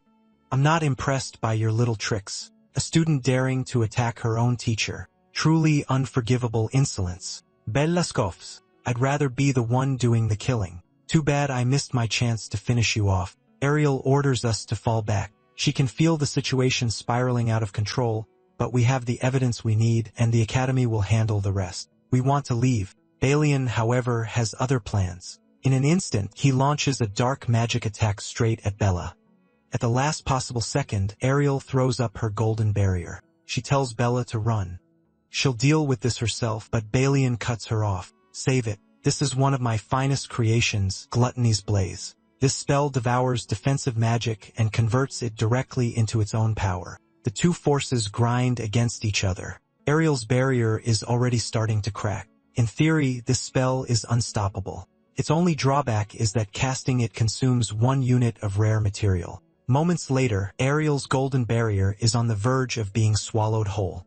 Then her eyes ignite with a burst of blue light. Behind the golden magic formation, a second one appears blue this time, another layer of defense. But Gluttony's Blaze doesn't flinch. It crashes straight into the new barrier without hesitation. Cracks spread across Ariel's barrier once again. She quickly orders Bella to hand over the spell memory pouch. Ariel has already recorded everything that happened here. Once Heathkit sees it, he'll know exactly what to do. But Bella doesn't move. Instead, she slams her staff into the ground. A new defensive magic radiates outward from her, circular this time. Ariel is beside herself. What are you doing? I told you to run. There's no way Bella would leave Ariel here alone. She saw the barrier breaking. She's here to reinforce it. Ariel is at a loss for words. We agreed. If anything went wrong, you put your life first. Balian's magic isn't normal. No defensive formation can stop it. I'll buy you time. Now go. But the moment those words leave her mouth, her barrier shatters. Ariel is horrified. 2 minutes. That's all it took. This magic is seriously wrong. Bella, on the other hand, looks completely calm. It's fine. The professor's barrier is down, but that doesn't matter. Gluttony's Blaze surges forward and slams into Bella's formation. To Bella, this spell isn't overwhelmingly powerful. It just requires a slightly different approach to counter. Balian is stunned. Impossible. The counter theory for Gluttony's Blaze is known only to us. How do you know it? Bella chuckles. Someone recently taught me a new theory. With it, any spell looks simple to me. Balian's mouth twitches. You're telling me you broke my dark magic with just some new theory? He refuses to believe it. Tell me who this traitor is. Give me a name and I'll make your death quick. Bella chuckles again. You want to know who taught me? That's a secret. I'm not telling you anything. Surprisingly, there's something almost endearing about this side of Bella. But the next moment, my expression hardens. I warn Bella to stay sharp. Something about this attack feels off. Balian reaches into his robe and pulls out a red stone, then he crushes it in his bare hand. If you're also eager to die, then burn. All 3 of you, I'll watch you turn to ash. A dozen skeletons explode out from the shattered stone. They twist and coil together like a knotted rope, then they merge into a massive horrifying maw, and it lunges straight at us. I tell Bella to be careful. She says she can hold on. But underneath that composure, Bella is starting to panic. Her magic is running out. Balian saw it coming. With your reserves, you've got 1 minute. Maybe. Bella is desperate now. Professor, attack him. I'll hold the defense. At those words, blue light blazes in Ariel's eyes. Her eye of God scans for a weakness in Balian's magic. Find it, and she can project her power through the barrier. She raises her hand slowly. A thin thread of electricity slips past the barrier. The moment she finds it, she holds nothing back. Lightning erupts across her entire body. With a fierce cry, every arc of lightning she has launches at Gluttony's Blaze. The lightning is blindingly fast and hits with devastating force, but she hasn't cracked the counter. The moment her lightning touches the dark magic, it starts getting devoured. Every last bolt is consumed, leaving nothing behind. Balian lets out a cold snort. Counter me? Don't make me laugh. You can't even touch me.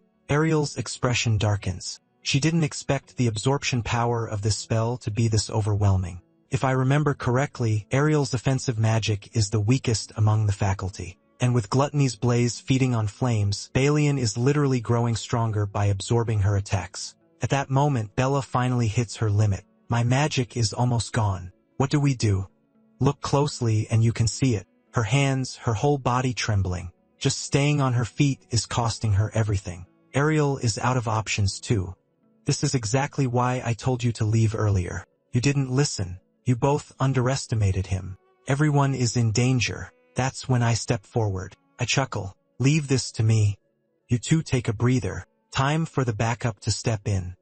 Ariel and Bella stare at me in disbelief. We couldn't stop him. You think you can? Bella wants to know what I'm planning. Your sword can't even reach him from here. Don't worry about that, I say.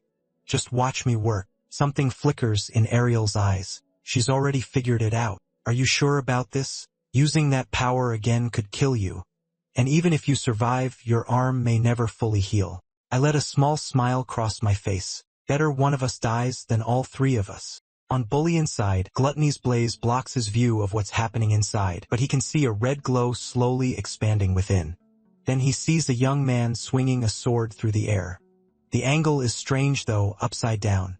The reason it looks upside down is simple. Balian's head has already been cut off. A single strike. That's all it takes. The power behind that swing was something Balian could never have blocked. My expression is dead serious. Someone like you should have died a long time ago.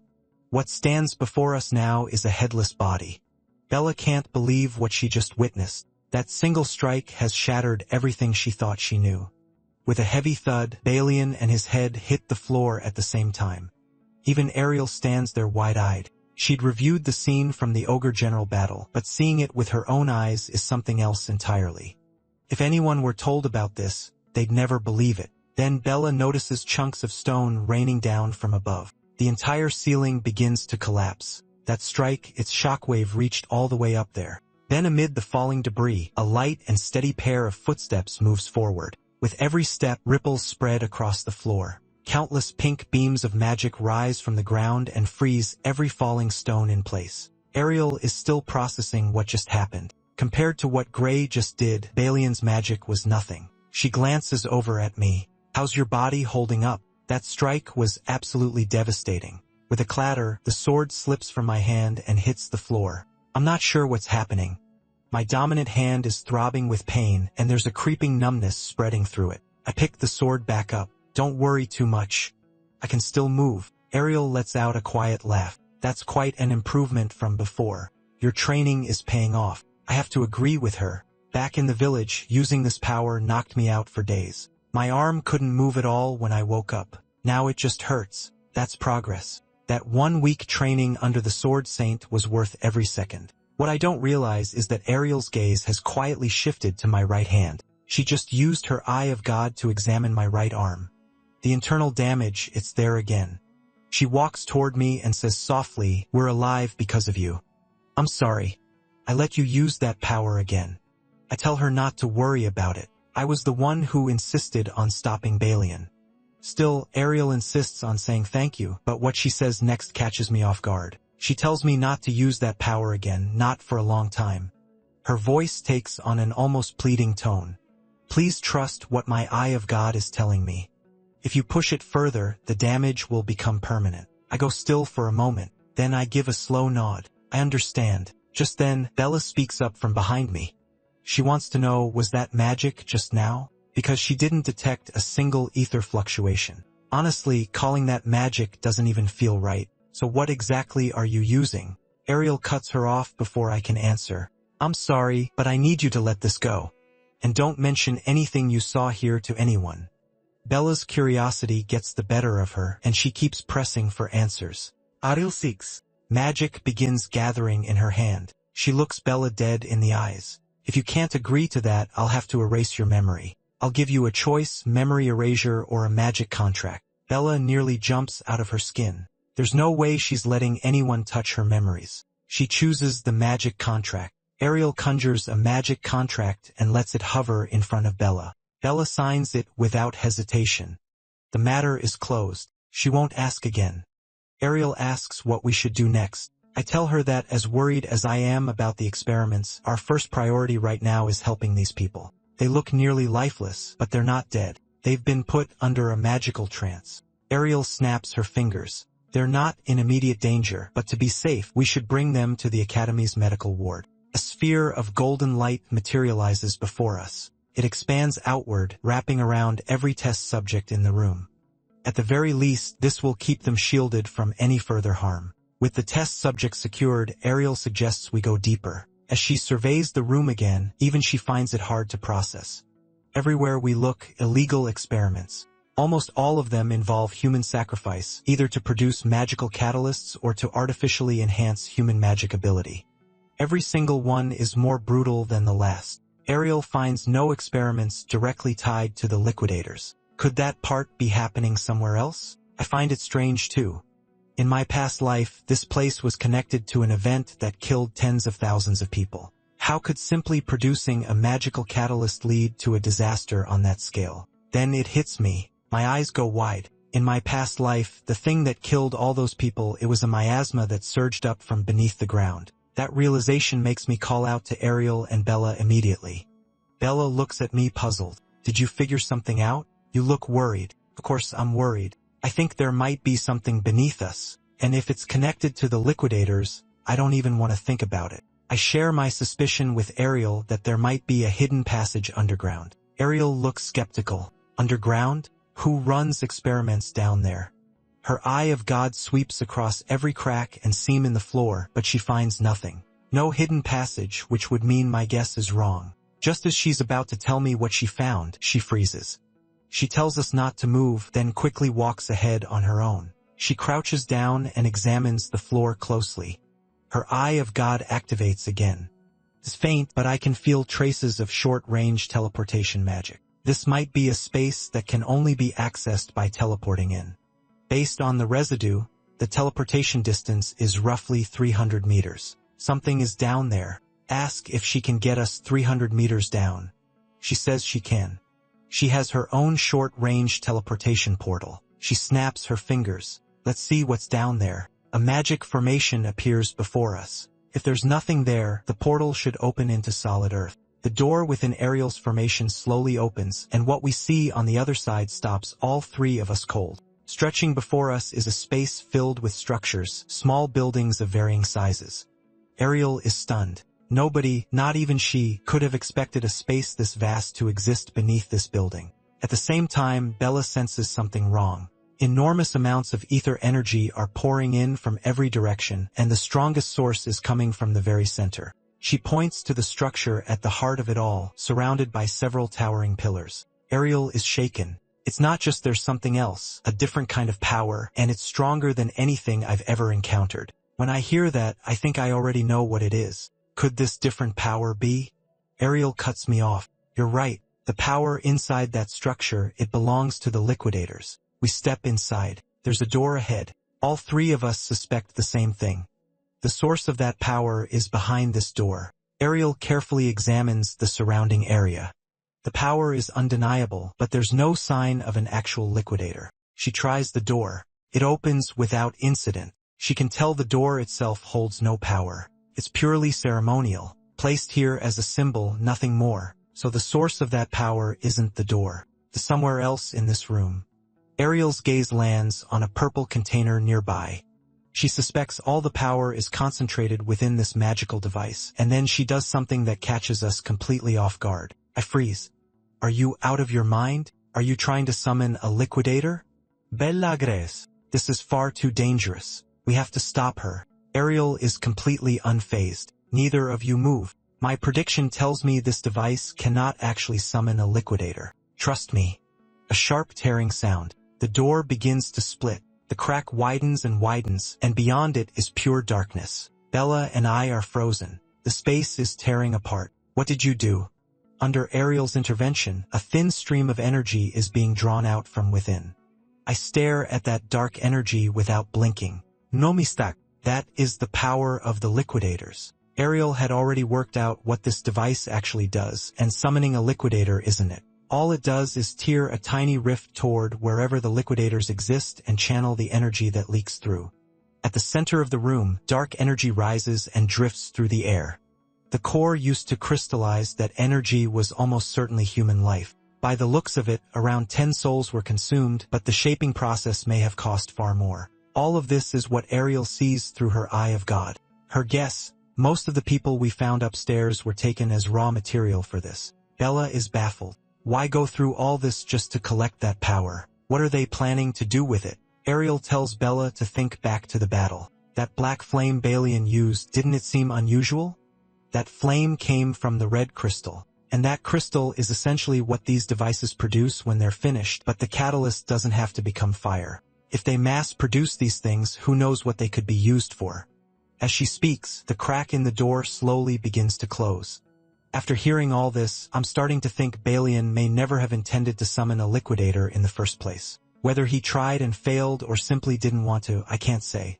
From the looks of it, the spatial access magical device has been pushed to its limit. These devices may have already given everything they have. Bella looks around at the devices. Her eyes light up. These are priceless. I've never seen spatial distortion magic this precise or this powerful. Ariel already suspected as much.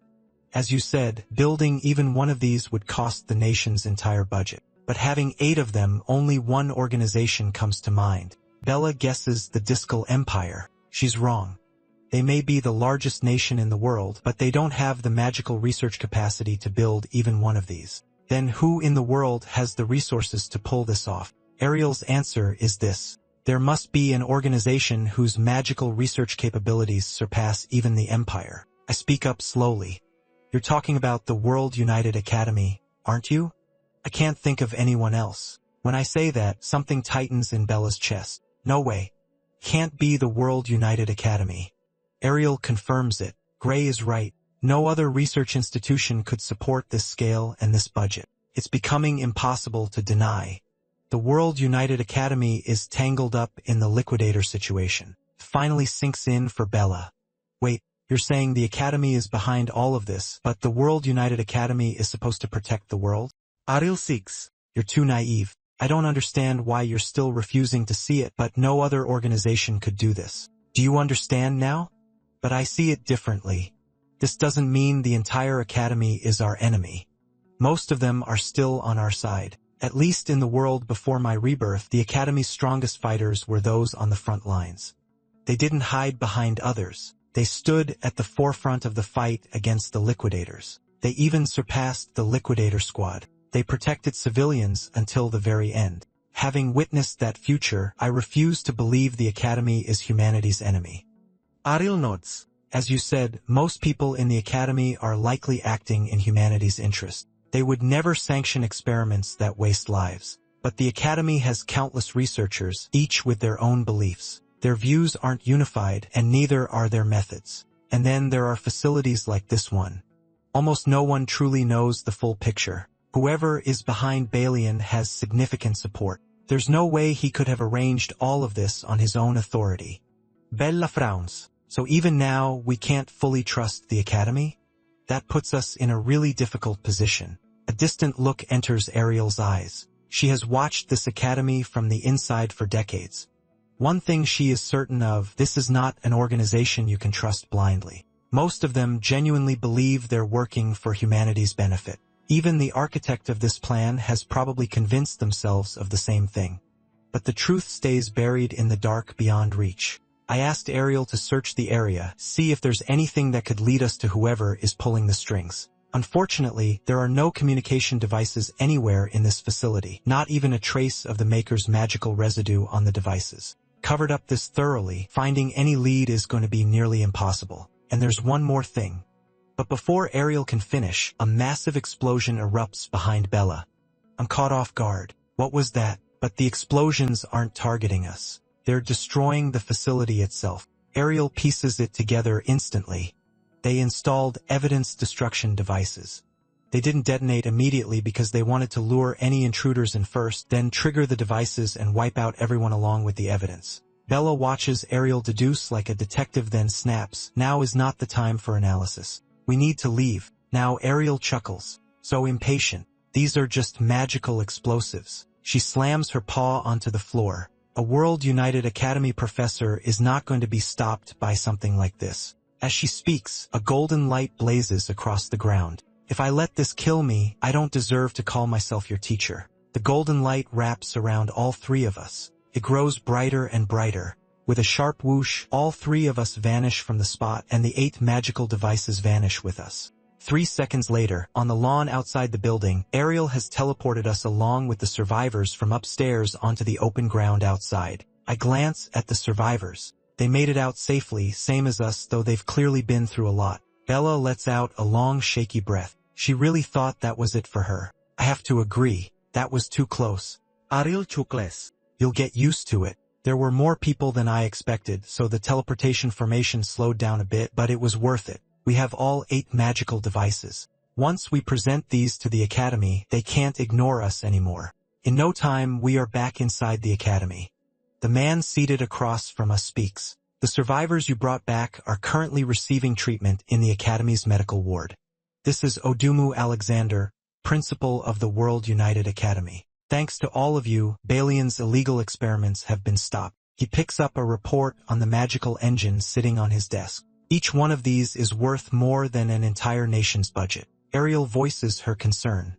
There are 8 devices in total. There's no way Balian assembled this kind of firepower alone. How did he get his hands on these? Is someone backing him?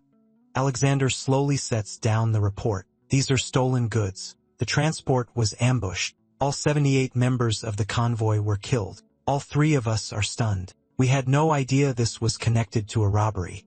Ariel's expression hardens. You're talking about the incident 15 years ago, Alexander nods. That's right. These engines were among the cargo that was seized, and the ones responsible for it were the bloodthirsty. I'm sure you've heard the name.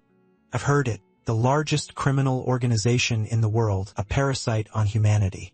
No matter how many times they're crushed, they always come back. Something in Bella's silence makes me look over. The usually gentle Bella is wearing an expression I've never seen before. Pure rage. They're the ones who killed my parents. Alexander looks pained. That's exactly what makes them so dangerous. They've been dismantled hundreds of times, and they always resurface. Nobody knows where they hide. Nobody knows who leads them. Over 70% of all crime-related deaths are attributed to them. I wouldn't even be surprised if some of their people have already infiltrated this academy. The trouble is we have no way to identify them. And even if we did, the academy wouldn't act. I have to ask, what do you mean? If there are criminals in the academy, why wouldn't you root them out? Ariel takes over. This is how the academy operates. Anyone with talent is given the chance to grow stronger regardless of bloodline, race, or background. That's the academy's philosophy. Even if you're a criminal, it doesn't matter. Bella finds it absurd. If there are criminals here, they should be dealt with. That's obvious. Alexander agrees with her. Unfortunately, those at the top don't see it that way. Bella is puzzled. But aren't you the principal? Doesn't that make you part of the top? Alexander laughs awkwardly. I'm just a subordinate. Calling me part of the top would be a joke. I'm the face of this institution in name, but the authority I actually hold is laughable. Do you want to know who truly controls everything? Bella and I nod at the same time. We need to know who's really behind all of this. But Alexander isn't going to tell us. Not yet. Keep growing stronger. The more power you have, the more you'll be allowed to know. When you have enough strength, you'll be able to reach the heart of this academy, and the truth you're looking for will finally come to light. He can't name names, but he offers a hint. There is a senior student here whose influence shapes the direction of this entire academy. Even that policy of accepting criminals, that was his decision. I finally understand. So if we become stronger than him, we can change the academy itself? Alexander doesn't elaborate. More or less, in this academy, strength is everything. Bella and I clench our fists at the same time. This is our conviction. We will grow stronger. Alexander watches us in silence. For him, this is still a mystery yet to be solved. There is no way Ariel would have been involved in opposing Balian in the conventional sense, which means one of them must be the one pulling the strings. And yet Ariel's eye of God remains as sharp as ever. Even Alexander can't help but feel anticipation stirring. He finds himself eager to see what kind of force Ariel is building. After leaving Alexander's office, I walk alone down the corridor. I glance down at the black mark on my hand. In this academy, strength rules everything. Whether we want to bring down the liquidators or expose whoever is working in the shadows, we need to focus on one thing first, getting stronger. Then a presence interrupts my thoughts. I look up just in time to see a kick flying straight at my face. With a heavy thud, I block the strike, but the force sends me skidding backward. The power behind that kick is immense. Even with a successful block, I can't stop myself from being pushed back. Whoever this is hits hard. But more than anything, I want to know why. If he doesn't have a good reason for this, I'm going to take it as a challenge. And if that's what this is, he won't like how I respond. But then he speaks up, saying, I have no right to stand in this hallway. His reasoning is pathetically weak. I have God's special admission students like you have absolutely no place here. I slowly draw my sword. Another person who hates special admission students. Though this is the first time I've actually been ambushed in a hallway. Seeing me ready to fight back, the man says he would love to oblige, but then someone appears. I turn around to find Professor Ariel walking slowly toward me. I watch him with some confusion. No idea what this guy's problem is. After walking away, the man's thoughts begin to stir. Sorry. Security is too tight. I can't get any closer, but he'll send someone else over as soon as possible. His inner monologue sounds like he's reporting to someone. Who that someone is, only he knows. Once Ariel reaches me, she asks what happened. Honestly, it still feels strange to me. A student just kicked me out of nowhere and said that I of God's special admission students like me have no right to walk around the academy. Professor Ariel carefully scans the surroundings. No weapons drawn, no argument in progress, and I'm not injured. That means she has no grounds to pursue what just happened. Ariel raises a hand and points in the direction the man left. Then why didn't you go after him and make him see stars? That catches me off guard. We're all classmates. Is it really necessary to go that far? Ariel lets out a long sigh. As your professor, I can't officially encourage that. But if something were to happen nearby, I might just happen to not notice. Hearing Ariel's not-so-subtle permission, I think it over and decide to let it go. I don't want to stir up too much trouble. There's something Ariel doesn't know, and she wants an answer straight from me. Are I of God's special admission students really that unwelcome? I nod. People have mocked us before, but this is the first time it's come to blows. After hearing me out, Ariel repeats it quietly. So they really have been mocking you. Is that right? Then her expression shifts. She looks almost hurt. I'm truly sorry. If only I had more influence here. I tell Ariel not to worry about it. If it weren't for her, I never would have gotten through the academy's gates in the first place, and Bella and the others will prove the Eye of God program was no mistake. After all, Professor, your judgment is anything but ordinary. I think back to those people from my past life. Every single one of them became a key fighter against the liquidator. Ariel pauses for a moment after hearing my words, then she smiles softly and nods. Thank you for your support. But Ariel doesn't want me acting as though the fault lies with everyone else. Among all the students in the Eye of God group, I'm the one she has the highest hopes for. Amy, Rick, Jacob, like the special admission students before them, they will all become top talents. But the first time I truly believed someone could surpass the limits of humanity itself, that was when I met you. I never expected Ariel to think so highly of me, placing me alongside those future powerhouses. But that kind of thinking is weakness. Whoever is pulling the strings behind the scenes may not have given up on summoning the liquidator. I can't afford to let my guard down.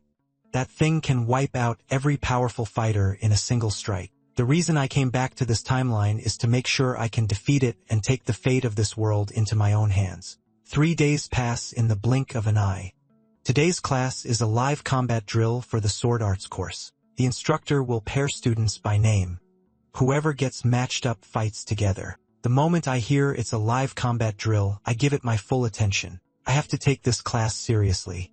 If I mess up, people will start talking down on every Eye of God admission student. At the very least, I need to prove I can keep up with the regular students. And just then, of course, something ridiculous happens. My old rival shows up again. The instructor writes 2 names on the board, Gray and Leonhardt. Leonhardt is the top student of the Sword Arts course. In other words, the strongest first year. The instructor speaks calmly. I've tried to pair students of similar strength, so don't hold back. Treat this like a real fight. I'm cursing inwardly on repeat. Similar strength? I barely scraped into the academy on special admission. How am I supposed to be matched with the top student?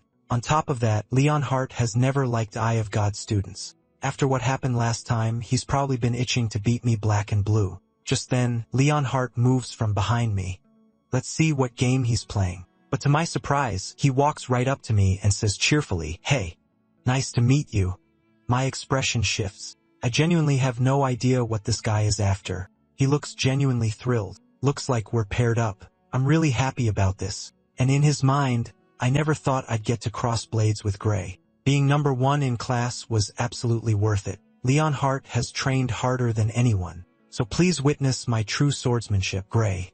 His words make my expression go stiff. Just as I suspected, this guy wants payback. That smile of his is way too suspicious. Without a doubt, he's thrilled to finally have a legitimate reason to fight me. At the instructor's signal, the entire class splits into 2 teams and lines up in the center of the courtyard. The next moment, the duels begin. Everyone fights with everything they have. This is their chance to shine. No one is going to waste it. At the same time, Leonhardt moves in a flash. "Gray," he says with a gleam in his eye. "You'd better watch yourself." Clang. Our blades crash together in an instant. I'm genuinely surprised. He truly deserves to be the top student of the sword arts course. His attacks aren't quite perfect, but they're frighteningly close. The next moment, a single swing from Leonhardt sends me flying. He moves in perfect sync with his blade, his whole body flowing like water. He's almost reached the unity of man and sword, a state where the fighter and the blade become one. Every strike is razor sharp. "You're really something, Gray," Leonhardt says. "I can't believe you didn't get in through the regular exam."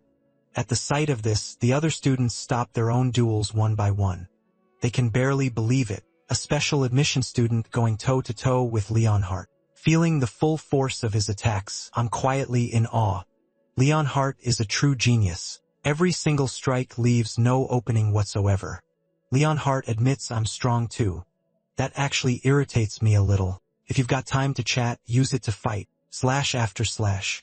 Our attacks cut through the air as we exchange dozens of blows in seconds. We're both moving at incredible speed, but I'm clearly on the losing end. No matter how fast I go, I can't shake Leonard. Still, this is about what I expected. I thought he'd take me out instantly. So lasting this long is already beyond my prediction. Even using both arms, I can't match his raw power. Leonhardt's swordsmanship is on another level. His textbook perfect technique and disciplined style have been honed to a terrifying degree. Even with the experience from my past life and the master's teachings, I have no confidence I can beat him. Just then, Leonhardt closes the gap between us in an instant. I bring my blade down, and the weight of Leonhardt's sword hits me like a wall. My stamina is running out fast. Leonhardt laughs. I could keep going like this all day. If I hadn't gone through special training under the Sword Saint, I would have been on the ground long ago. But why is he even breaking a sweat? Is fighting me really this easy for him? My stamina is nearly gone. I have to end this fight now. Then the instructor's words flash through my mind. Treat this duel like a real fight. I turn those words over carefully in my head, and an answer comes to me. At the same moment, Leonhardt's blade comes at me again. The moment he swings, I duck low and slip under the strike. Then I twist my hand just slightly. Leonhardt's eyes go wide. He didn't expect this at all. Thud! I land a kick straight to his ankle. To my own surprise, the impact launches Leonhardt into the air. While he's off balance, this is my moment to strike back. Leonhardt finally realizes what's happening. It seems Gray is treating this duel like a true fight to the death, but Leonhardt knows he absolutely cannot lose. The next moment, my sword stops at Leonhardt's throat, and I'm no better off. Leonhardt's blade is at my throat too. The distance between us is perfectly matched. 1 inch closer, and we'd both be dead. I reach out a hand to help Leonhardt up. Call it a draw? But Leonhardt doesn't think it's that simple. In that final moment, all Leonhardt did was swing his sword. But I was different. If I had chosen to, I could have driven my blade through his heart. This is only a simulation, Leonhardt says. That's the only reason you aim for my throat instead of my heart. Am I right? I let out a short laugh. Even with all the protective enchantments in place, pointing your sword at someone's heart in a practice duel is a bit much, don't you think? Leonhardt seems to settle. Then I lost this duel. Gray, you really are something. He turns and walks away with a smile. Thanks to you, I finally understand the difference between real combat and practice. fighting isn't only about swordsmanship. I tell him not to take it so seriously. In the context of a sword arts class, what I did was practically cheating. He doesn't seem to hear me at all. The instructor said to treat it as a real fight. In a real fight, there's no such thing as cheating. Even as he speaks, his feet slowly turn back around. Gray, how about one more round? There's actually a faint blush on his face as he says it. I'm completely speechless. Another round already? My stamina hasn't even recovered. I only won because I caught him off guard. In a straight fight, I'd have no chance. This is beyond skill. His endurance simply outclasses mine. Just then, someone cuts in. Stop right there. Regardless of whether this is a live drill, this is still sword arts class. No one gave you permission to use anything other than swordsmanship. And another thing, how does a worthless special admission student like you end up paired with a top student? Don't get carried away just because you know a bit of magic. I can't believe he's actually pinning this on me. I didn't choose the pairing myself. Fortunately, Leonhardt speaks up for me. The instructor determined I was the only one qualified. Face Gray. Please stay out of it. The noise draws the instructor over. As Leonhardt said, I arranged the pairing. I did say I would match students of similar strength, didn't I? The instructor believes I'm the only one who can stand against Leonhardt. At that, Leonhardt nods with satisfaction. The instructor's judgment is as sharp as ever. The instructor can see he's not happy. If you're so unhappy about it, feel free to test his strength yourself. Beat Gray, and you'll have earned the right to face Leonhardt. At those words, the guy's face lights up with excitement. Now that's exactly what I was hoping for. He declares he earned his place here by defeating the examiner himself. Don't lump me in with those who barely passed or those who didn't pass at all. Meanwhile, Leonhardt is laughing coldly to himself. He judges Gray purely by admission type without knowing Gray's true strength. It's like looking at a past version of myself. This won't end well for him. Leonhardt even sees this as a perfect opportunity, a chance for Gray's strength to be recognized by everyone. Leonhardt glares ahead with barely contained fury. He'd love to tear the guy apart. After all, this man had the nerve to interrupt his precious alone time with Gray. The guy feels a chill run down his spine and looks up in confusion. He's met with Leonhardt's furious glare. In his mind, Leonhardt cedes, for this crime alone you deserve to suffer. Now the guy is thoroughly confused. Why is Leonhardt angry at him? Wasn't Leonhardt always against special admission students? Seeing all this, the instructor asks if I want to accept the challenge. I don't know exactly how strong he is, but if he got in through the regular exam, this fight won't be easy. One thing I can be sure of, his endurance and physical strength will exceed mine. Even with the master's brutal training, I can't overcome years of dedicated conditioning. I'm not exactly brimming with confidence, but losing shouldn't get me expelled at least. The instructor nods. Losing won't get you expelled. This is only a practice class. That said, neither of you should hold back. I accept the challenge and raise my sword ready. The moment the match starts, the challenger charges at me at full speed. Time to put special admission students back in their place. He sneers. Know your role. The next second, our swords clash. But something surprises me. His blade is far lighter than I expected. With a light push, I send him stumbling back. His expression freezes. He never expected me to overpower him. I keep my expression cold. His strength is nothing special. There must be something else up his sleeve. I have every reason to suspect he's holding back. No one struts around with that kind of confidence without a trump card. But what I don't expect is this, a casual swing of my sword, and I've drawn blood. He goes flying. I rush over to check on him. I was aiming for sword just now. I didn't mean to hit your face. I thought you'd dodge. Then I watch him pick his sword back up. Again, he shouts through tears, you only got me because I wasn't ready. You won't get lucky a second time. Even the instructor looks like he has a headache. If you insist on asking for it, then I'll let him keep going until you've had I'm done interfering. Round 2 begins. The challenger charges at me again with his sword raised. 1 minute later, I look at him with an awkward expression. Are you alright? The challenger is covered in lumps from head to toe. Even the instructor can't stand a watch anymore. Someone get him to the infirmary now. Once the challenger is gone, the instructor turns to the class and makes the announcement. This year's representatives are Gray and Leonhardt. Any objections? I'm not entirely sure what being a representative means. The instructor explains. In a few days, the top first years will challenge the second-year champions. It's a friendly match. Everyone fights to first contact. Then the instructor adds something else. First year has lost 35 matches in a row. Not once have they won. But this year might be different. You and Leonard are both top-tier talents. You might just be able to turn the tide. 35 consecutive losses. I'm genuinely shocked. Is the gap between first and second year really that wide? The instructor nods. 1 year at this academy makes all the difference. Losing is the norm. It's practically expected. If you can put up a decent fight, that's already impressive. But if you win, it goes down in the academy's history as a miracle. Just being selected is considered an honor. The instructor leaves with a parting word. Don't stress too much. Just enjoy the fight. I rub my chin and think it over. The instructor seems completely unbothered. Is this inter-year tournament really not as serious as I thought? But as an Eye of God special admission student, this is the perfect opportunity to prove I can truly fight. I have to train hard. Meanwhile, on the other side of the academy, the professors gather for a meeting. The final item on the agenda is a proposal from Professor Boudre. His proposal, expel Eye of God's special admission student Amy White. The one speaking is none other than Boudre, professor of the magic department. Ariel is having none of it. Why would you propose something like that? I'm the one responsible for overseeing Eye of God students. But Boudreau says that's precisely the point. Amy White failed the third-year advancement exam, yet she was allowed to stay simply because she's a special admission student. Every other student who failed that exam was expelled. Does that seem fair to anyone here? Ariel doesn't even bother arguing. As I've told you before, she is steadily progressing toward world-class compatibility.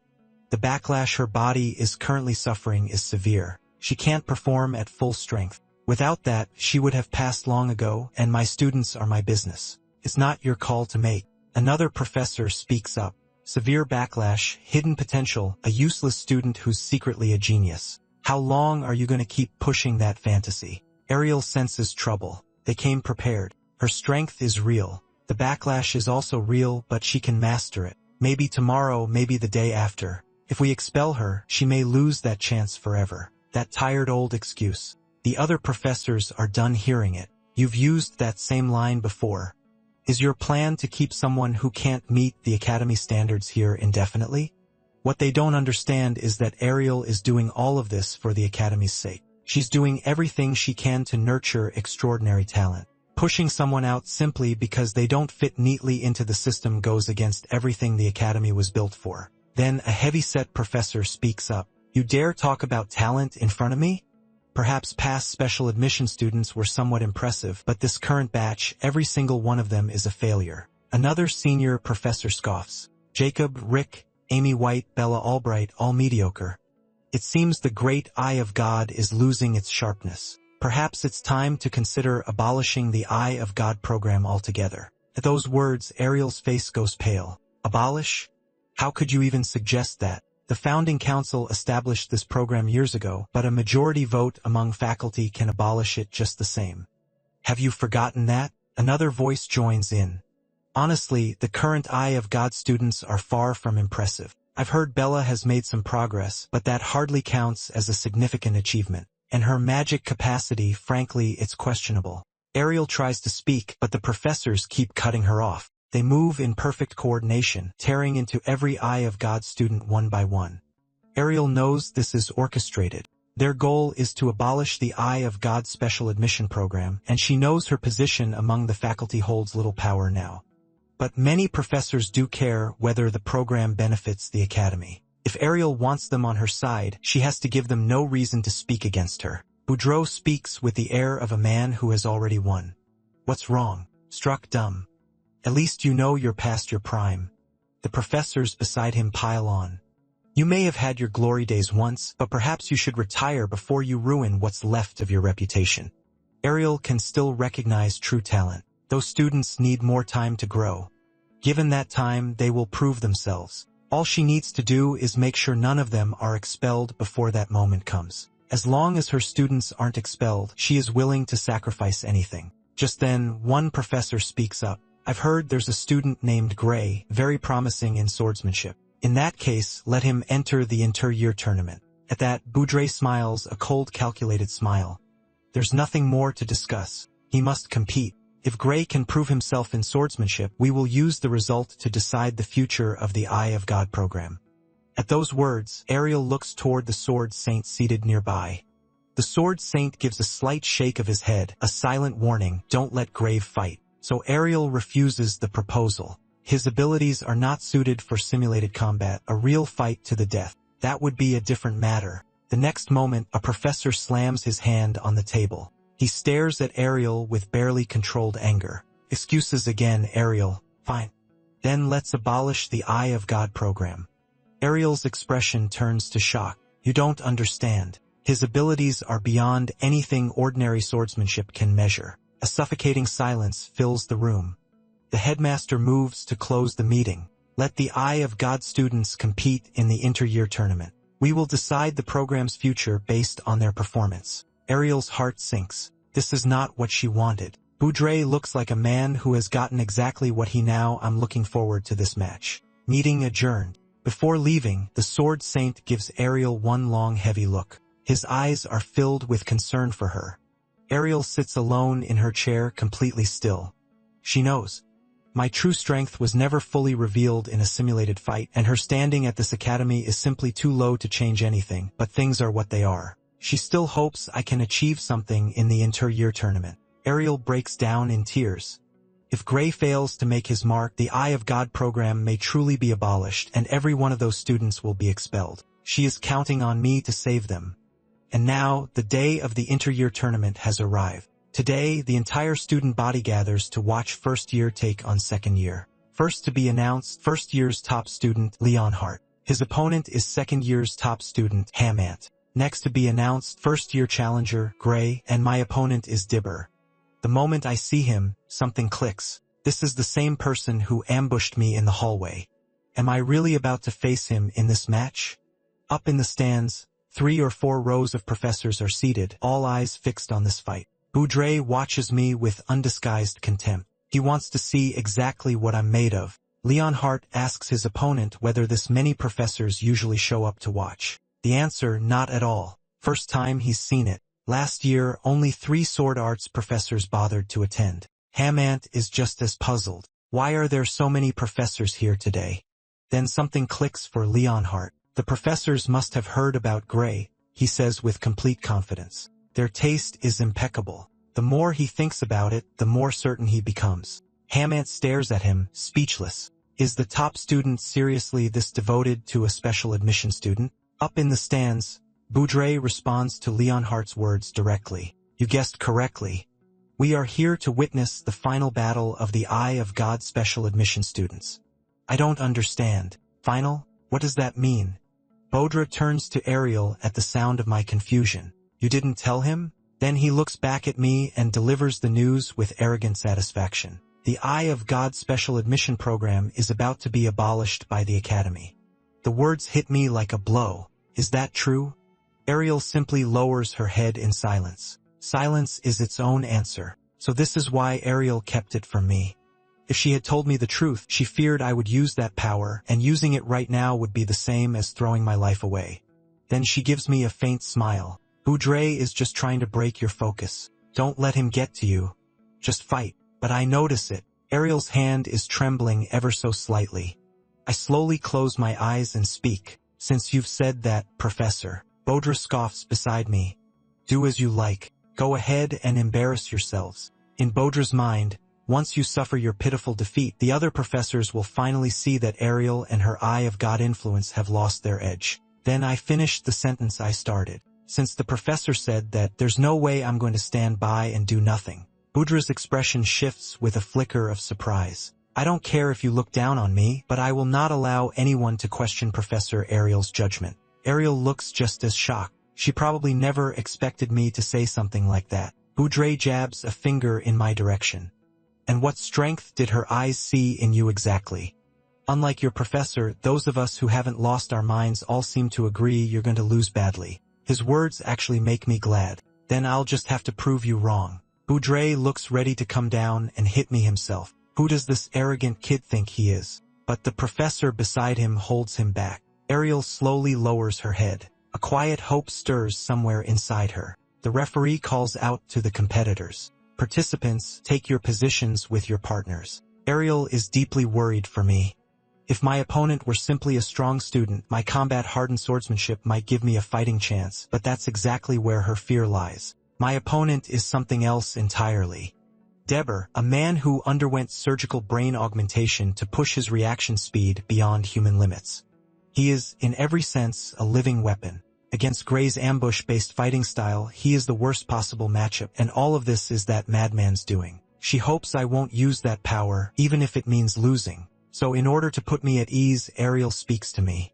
Gray, just fight your best. Don't worry about me, and please, don't push yourself past your limit. I give a small laugh. Understood. Don't worry about me, Professor. And now, the bout between the top students begins. Both representatives take the stage. The referee explains the rules. The arena has been reinforced with protective magic to prevent fatal injuries. Triggering your opponent's protective magic device counts as a victory. Fight as though your life depends on it.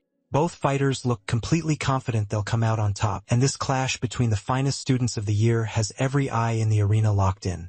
The match begins, and Leonhardt closes the distance immediately.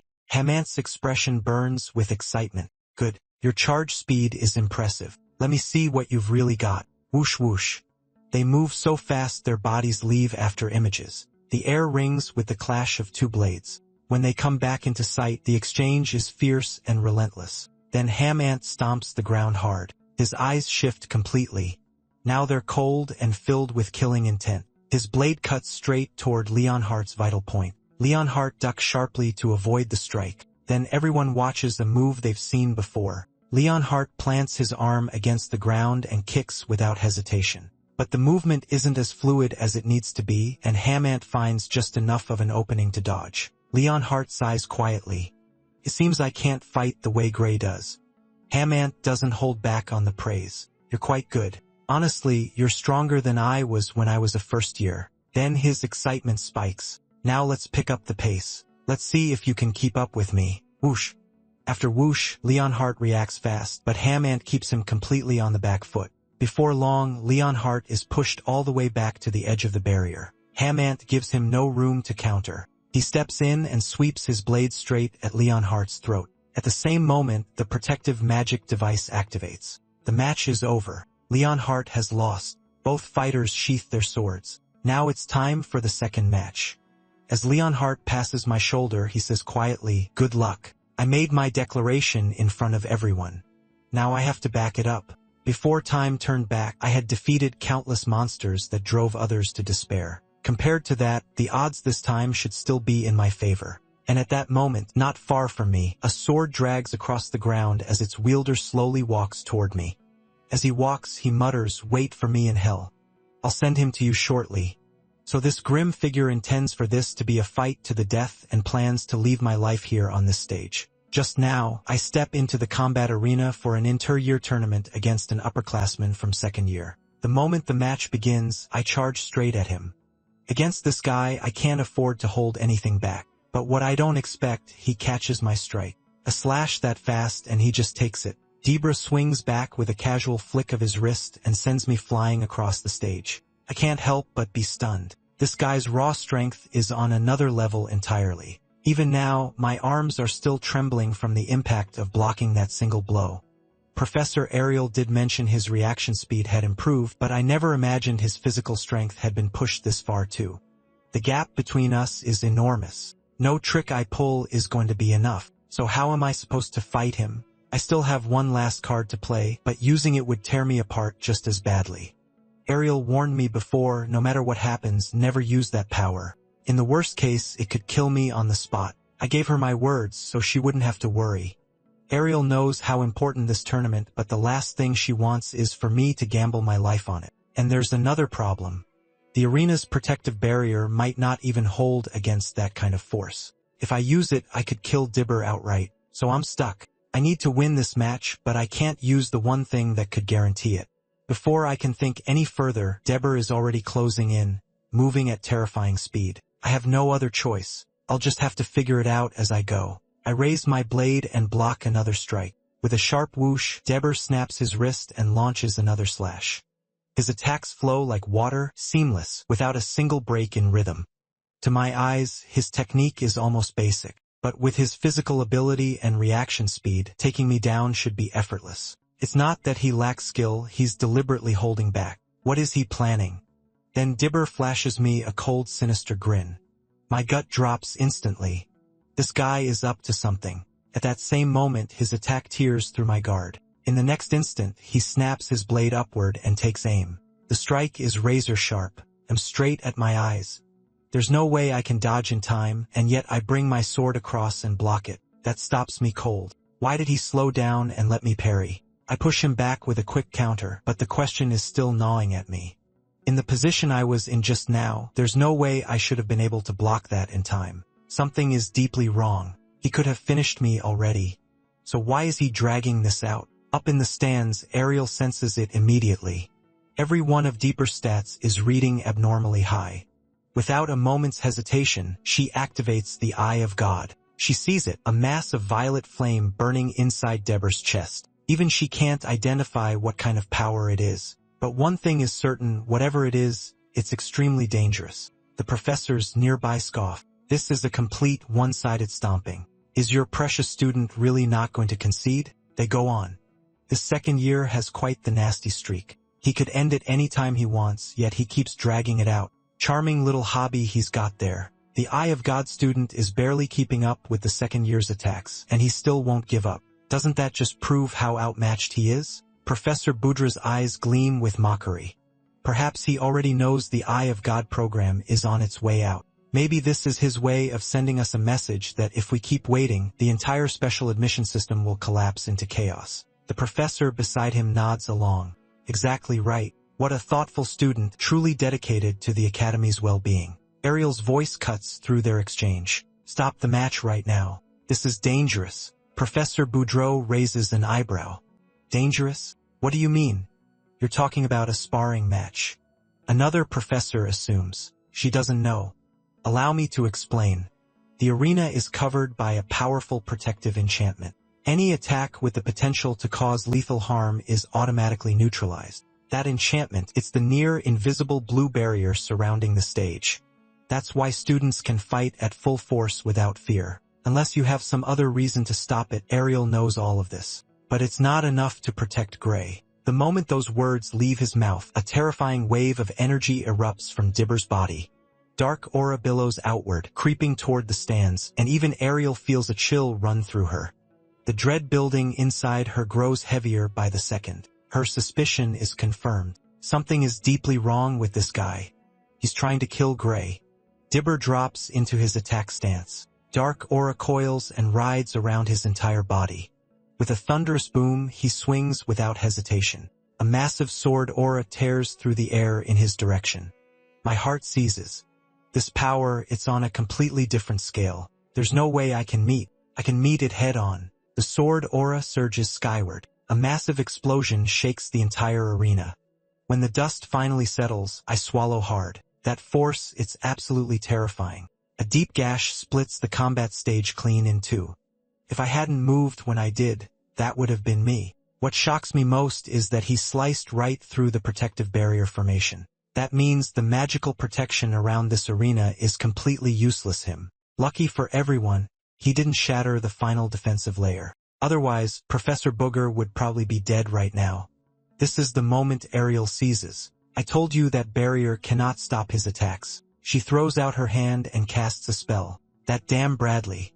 I can't believe he implanted something like this inside a student. She's trying to break through the barrier formation from outside and get into Restrained Diver, but her power alone isn't enough to shatter the formation. She can't get a binding spell through. Left with no other option, she turns to the others behind her. This is an emergency. Deactivate the barrier and cancel the match. Now someone will die if you don't. But those professors are frozen in shock, too busy panicking to hear a word she said. No wonder they're always the first ones to run when a real crisis breaks out. Ariel glances at the stage. Breaking this up from the outside is going to take time. Time she doesn't know if Gray has. She calls out to me, run. Stall the match. Believe me, I want to run. The problem is actually getting away. In the next second, Dibber launches at me again, sticking to me like a shadow, giving me no room to breathe. If I turn my back on him for even a moment, I'm dead. The sheer force of that last slash sends a wave of fear through everyone watching in the stands. The Sword Saint watches in silence. The professor's spells will take at least 30 seconds to reach the stage. On a battlefield, 30 seconds is an eternity. I think we have no choice. It may be a little soon, but he believes I can do it. Back on the stage, I keep moving, weaving, dodging, buying every second I can. The Sword Saint rises to his feet and shouts, "Imagine your body is the sword. Stop swinging the blade. Use that power to move your body instead." I hear him loud and clear. The problem is Debur isn't giving me an opening, but I trust the Sword Saint. He wouldn't set me up to fail. So I push off and create some distance between me and Dibber. Let's see if this works. I am a lone sword. Focus channeling everything into a single concentrated point. I stop thinking about the attack coming at me. I pour everything into one thought. I am the sword. Dibber's strike closes in. I don't move not an inch. With a thunderous crash, his attack slams into the protective barrier, and I'm already gone. At the same moment, Dibber's expression snaps into pure shock because I'm standing right behind him, and a formidable surge of power is radiating from my body. Dibber can't believe it. How did his speed jump this high, this fast? From my perspective, his movements have gone sluggish. In other words, I'm faster than him now. So this must be what the Sword Saint called the unity of man and sword. In the next instant, I strike without hesitation, and it plays out exactly as I predicted. The protective magic device on his face activates. As my power floods into the blade, Dibber's protective device begins to crack apart piece by piece. Then his body is launched backward with tremendous force. I deliberately missed his vitals, but that's irrelevant now. What matters is that I've destroyed the protective magic device. That means I've won. The sheer force of the blow craters the combat stage beneath him. Up on the platform, Professor Boudre goes pale. He can't believe my attack. Just shattered the protective barrier. What kind of fight is this? The Sword Saint quickly calls out to the referee. Go check on the other student. That last strike, it shouldn't have hit anything vital. The referee moves, immediately calling for the medical team. But in the next moment, a hand claws its way up from the crater. Dark aura rise and coils around his entire body. The Sword Saint's eyes narrow. Something is definitely wrong with this guy. Dark aura pours from every inch of him, his hair standing on end. He lets out a furious roar toward the sky.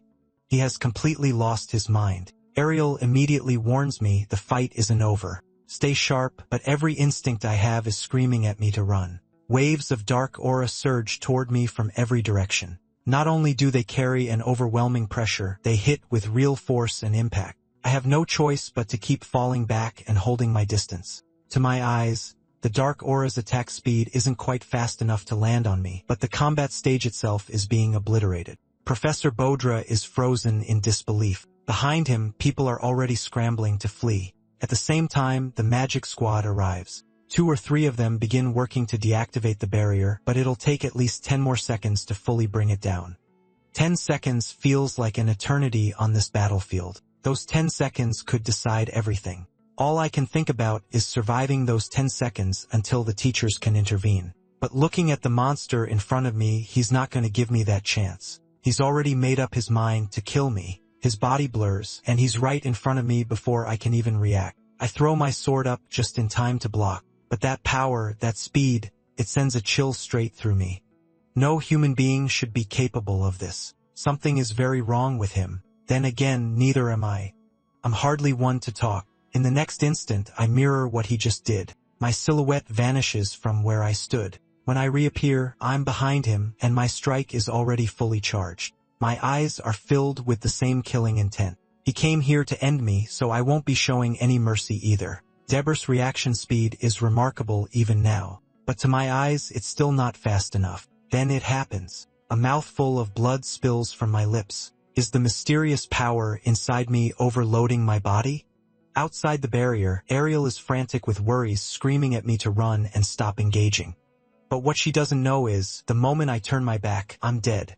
His power has surpassed anything I imagined. The only thing I can do now is fight back. In this moment, I channel every last drop of the mysterious power within me into my blade. If you want to fight to the death, then that's exactly what you'll get. But even that isn't enough. I need more power, far more.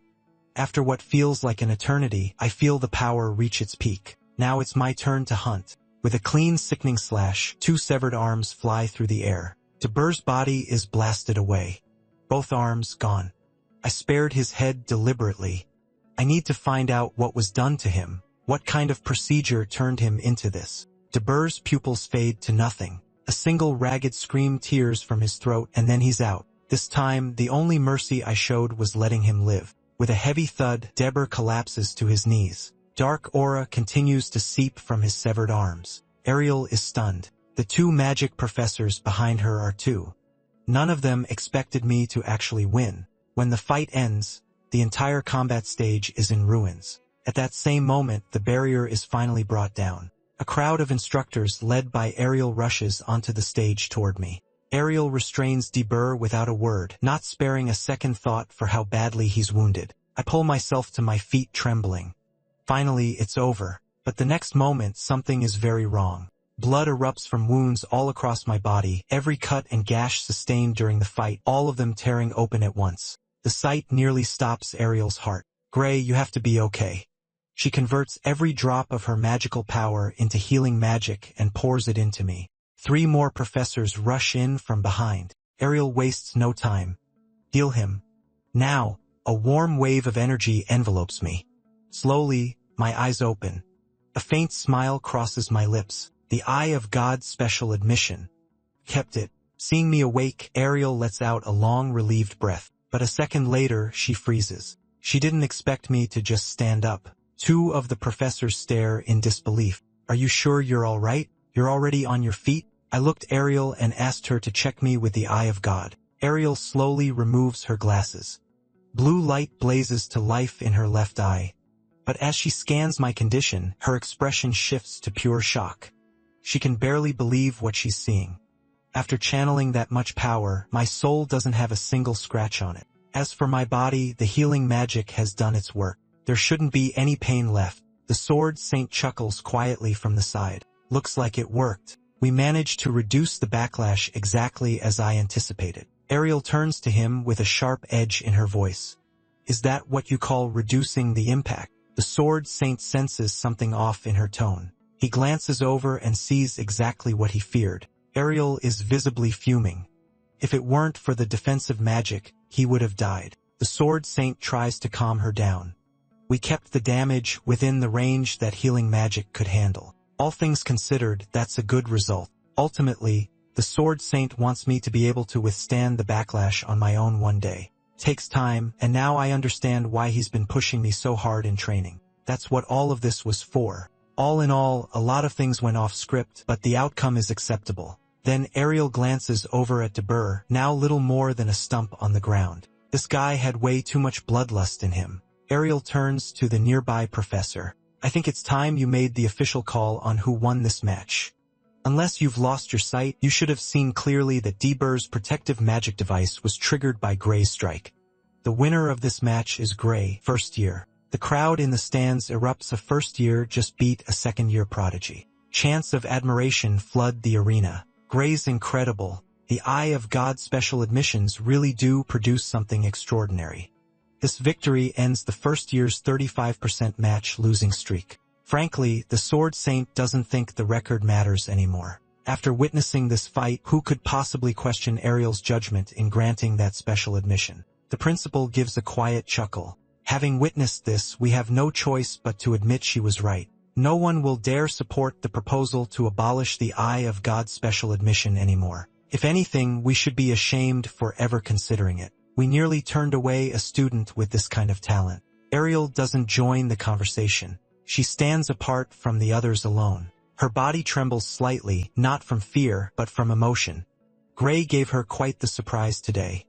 A quiet smile spreads across her face. Her eyes glisten with tears she doesn't bother to hide. A bald instructor speaks up. In fact, those who push to abolish the Eye of God program owe everyone a serious reflection on their own responsibility. The moment he says it, every pair of eyes in the room turns to Professor Boudre and his group, cold sweat beads on their foreheads. For once, they have nothing to say. A moment later, they scramble to make excuses and slip away. Watching them scurry off, everyone laughs. Never make an enemy of a god. The old saying still holds, though compared to how she once was, Ariel has mellowed considerably. Times have changed after all. Meanwhile, Ariel is still arguing with the Sword Saint, but he's doing his best to tune her out, because she always wins the argument. Ariel doesn't notice that I'm watching her quietly. Did something happen to her in the past? Then the principal's voice comes from behind me. Now that the commotion has died down, there are a few things I'd like to discuss with you. I'm curious. What could he possibly want with me? But one look at his expression gives me a pretty good guess. It's probably about the mysterious power. I keep that to myself and simply ask what this is about. The principal tells me that during the match, it was clear that Deborah had been forcibly infused with some kind of unnatural power. We will be launching a full investigation.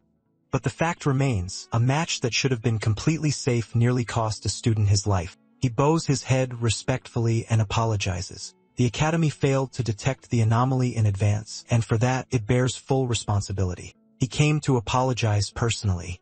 I give a quiet laugh, relieved he isn't asking about my power. Please don't worry about it. No lasting harm was done in the end. The principal adjusts his glasses.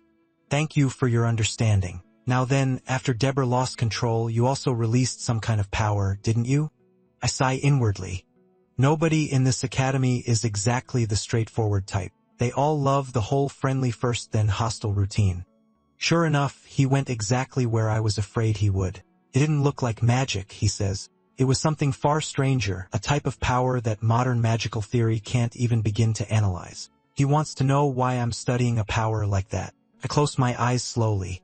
I don't know how to answer that. No matter what I say, I can't explain what lives inside me. Until I complete my mission, I can't let anything slip, especially not while the mastermind behind the liquidator is still hiding somewhere in the shadows. So I tell him plainly, I don't know. The principal isn't buying it for a second. You've used that power yourself, and you're telling me you don't know what it is? I explain again. I didn't know I had that power inside me. It was Professor Ariel who discovered it and explained it to me. Ariel glances over at me. She doesn't know what I'm plotting, but she knows every word I just said was a lie.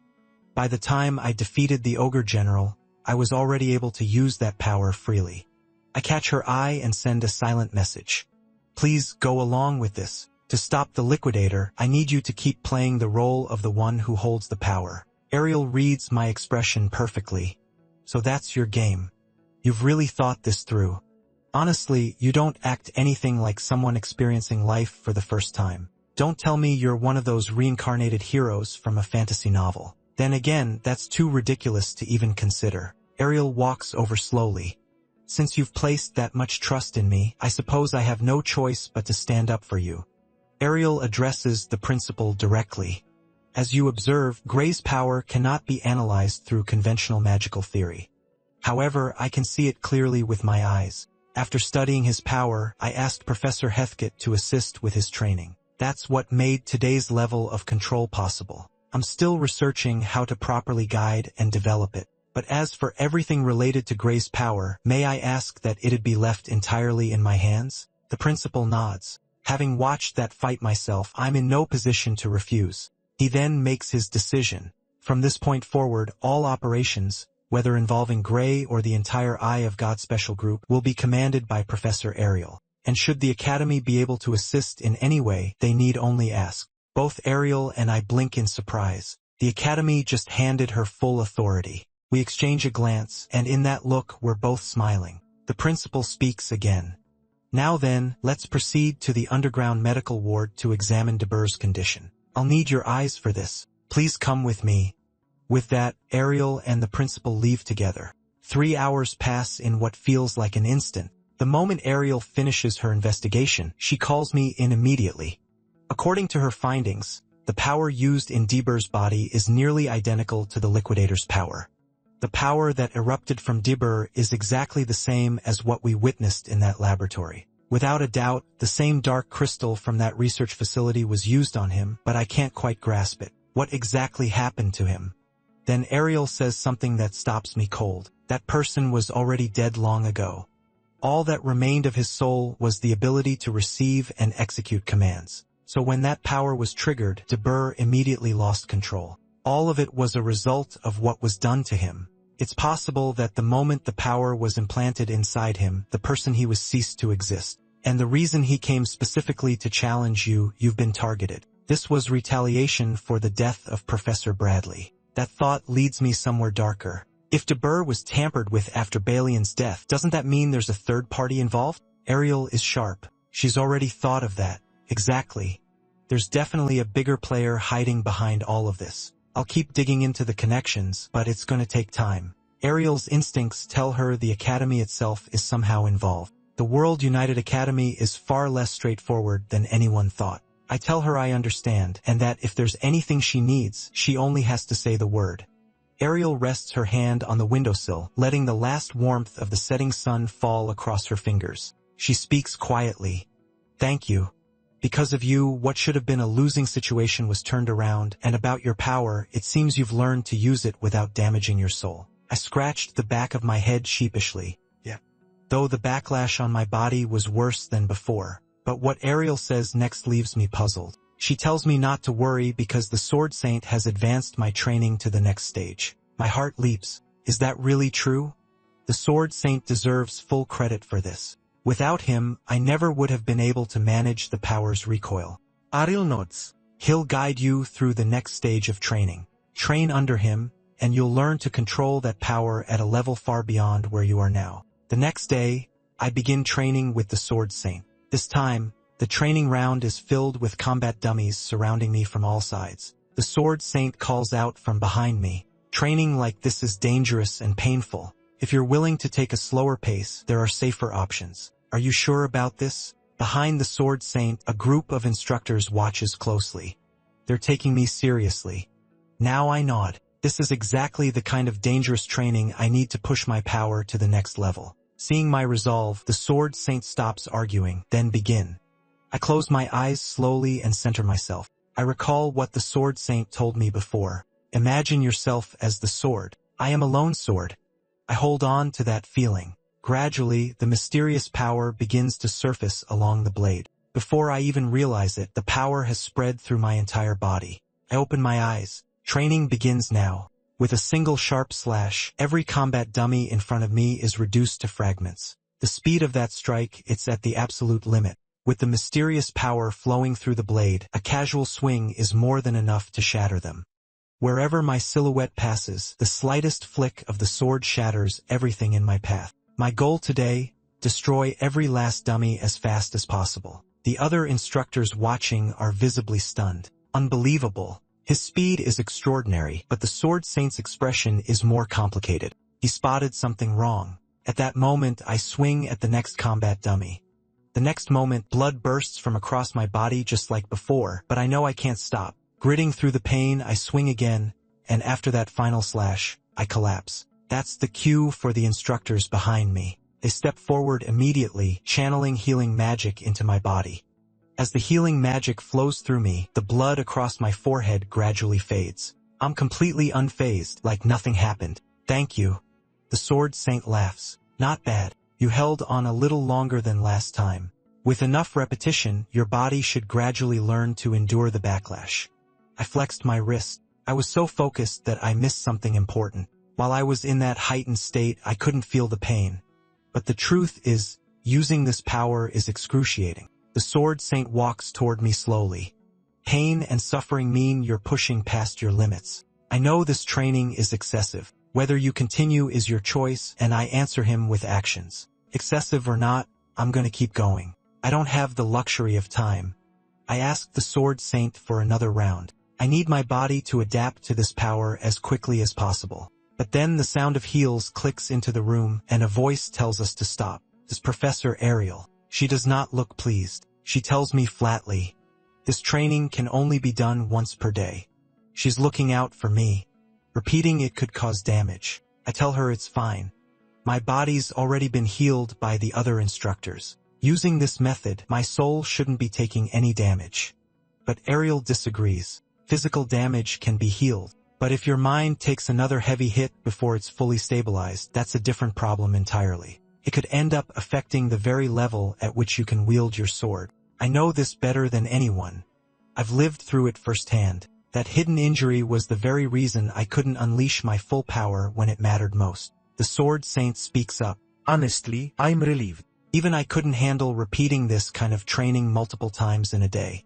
Listen to Ariel. With a thunderous crash, the sword saint drops the armor he's been holding onto the ground. The impact alone makes clear just how heavy it is. One of the instructors speaks up puzzled. Gray, why are you in such a rush to get stronger? You're already powerful enough. Ariel steps in quickly to deflect the question. This is my fault. I was the one who pulled Gray into the conflict with Bradley. Because of that, the people behind Bradley now see Gray as a target. The Deber incident is just the beginning. Someone is operating in the shadows within this academy, and the Bloodthirsty, the criminal group that may have stolen Bradley's magical catalyst, could come for him at any moment. So isolating him behind heavy security won't solve it. There's no guarantee they could fully protect him. The only answer is to become stronger himself. That's the only way to survive. After hearing her words, I place my hand over my chest. Don't worry about me. Stopping Balian's experiments was my own choice. I will stop this no matter what, because if we don't, humanity is finished. Ariel nods with quiet satisfaction. You're an exceptional student. What I can do is help you bring that power to its absolute fullest potential. The sword saint bursts out laughing. Sounds like you already have something in mind, don't you? Ariel continues. Don't tell me you've forgotten the fastest safe method for a swordsman to grow stronger. At that, the sword saint glances over at me and gives me a slow, deliberate look up and down. I stand there watching him, curiously wondering what he's thinking. The sword saint gives a wry smile. For a swordsman, the fastest solution is a new sword. I instinctively glance down at the sword at my hip. It's the Academy-issued blade, supposedly a top-tier custom weapon. Ariel cuts in. That sword may be top-tier for a first-year student. Can't withstand your power. I look at the blade. She's right. There are already several chips along the edge. As she said, my current power could destroy this sword without much effort. Ariel gives a knowing smile. Don't worry. I'm going to take you to my treasure vault to choose a proper weapon. The sword saint raises an eyebrow. You're really going to let him pick from there? Ariel waves it off. It's fine. Gray has more than earned it. She raises her hand with a sweeping motion. Then she twists, reaching into the empty air itself. The next moment, a blinding blue light tears open in the air before us. I stare in disbelief as what appears to be a door slowly materializes out of nowhere. Ariel turns her head and gives me a quiet, amused smile. Bray, why are you just standing there? Come on in. It's time to pick your weapon. The next moment, I step into Professor Ariel's weapon vault. The second I walk in, I'm completely stunned. Sprawled before my eyes are enormous jars packed with gold coins and countless strange blueprints of every kind. The wealth stored here is more than dozens of generations could ever earn in a lifetime. And soon, I'll be choosing a weapon from this very vault. The vault is so massive that even Professor Ariel herself has forgotten where the sword storage section is. I'm left completely speechless by everything I see.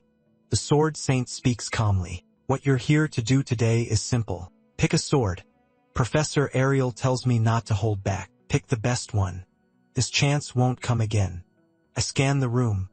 Every single sword here is exquisitely crafted. I honestly don't know where to begin. Professor Ariel chuckles. Too many choices can be just as paralyzing as none at all. Ideally, I'd love for you to test every sword here at full power. But given how unique your strength is, we can only test one sword per day. So let's narrow it down and go through them one by one. She picks up the sharpest-looking sword in the room. Let's start with this one.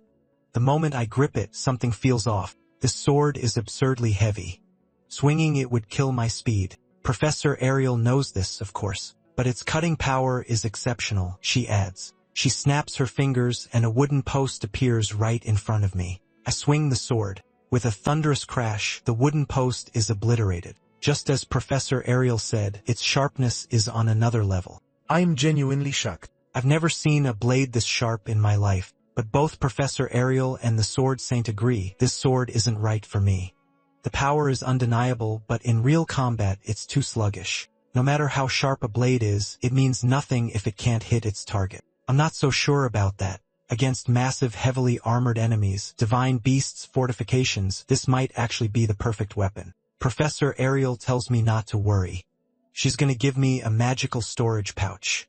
As long as I carry it, the sword won't get in the way. Surely you can't just give away a sword like this? I say. Professor Ariel chuckles. What are you talking about? This sword has been gathering dust in here. Isn't it better off in the hands of someone who can actually use it? And when you come face to face with whoever is pulling the strings behind Bali and Bradley, whoever is summoning the liquidators, can you honestly say you won't regret not having it? She has a point. Whether or not we're here won't change anything. Even if we train with everything we have, in that case I'll gratefully accept it. Thank you, Professor Ariel. The Sword Saint walks over slowly. Unless you intend to use it, try not to let others see you with the sword. His words puzzle me.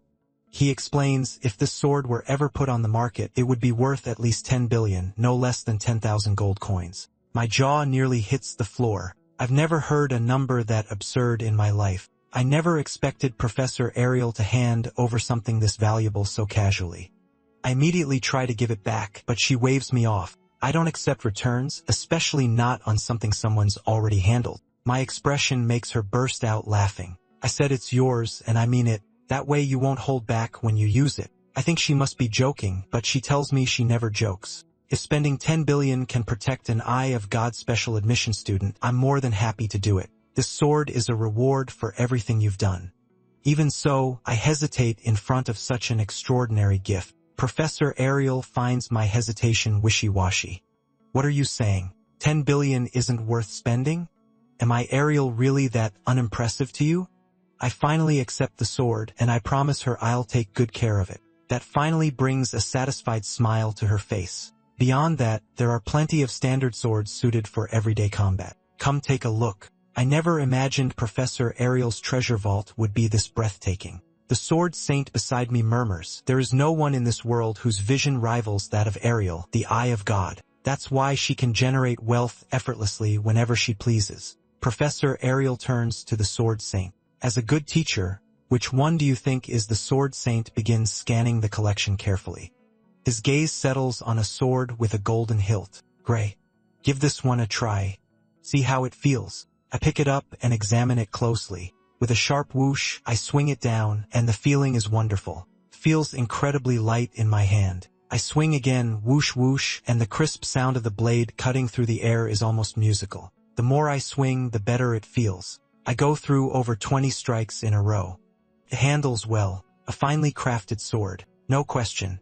But something still feels slightly off. Is it just that I haven't gotten used to it yet? The Sword Saint has been watching my movements the whole time. It doesn't seem to suit you. Try a different one, Gray. He moves toward the far end of the room. This one was built for experimental purposes. It might be what you're looking for. He tilts his head, gesturing for me to look. I have a feeling you'll like this one. The moment I lay eyes on it, I freeze for a full 2 seconds. There's something unmistakably unusual about this sword. Pulls me in immediately. I stand there transfixed. One glance and it's obvious. This is no ordinary blade. The Sword Saint tells me to go ahead and pick it up. The moment I lift it, my eyes go wide. It's far lighter than I expected. And then I notice something else. This sword has no edge at all. This was designed to test new techniques.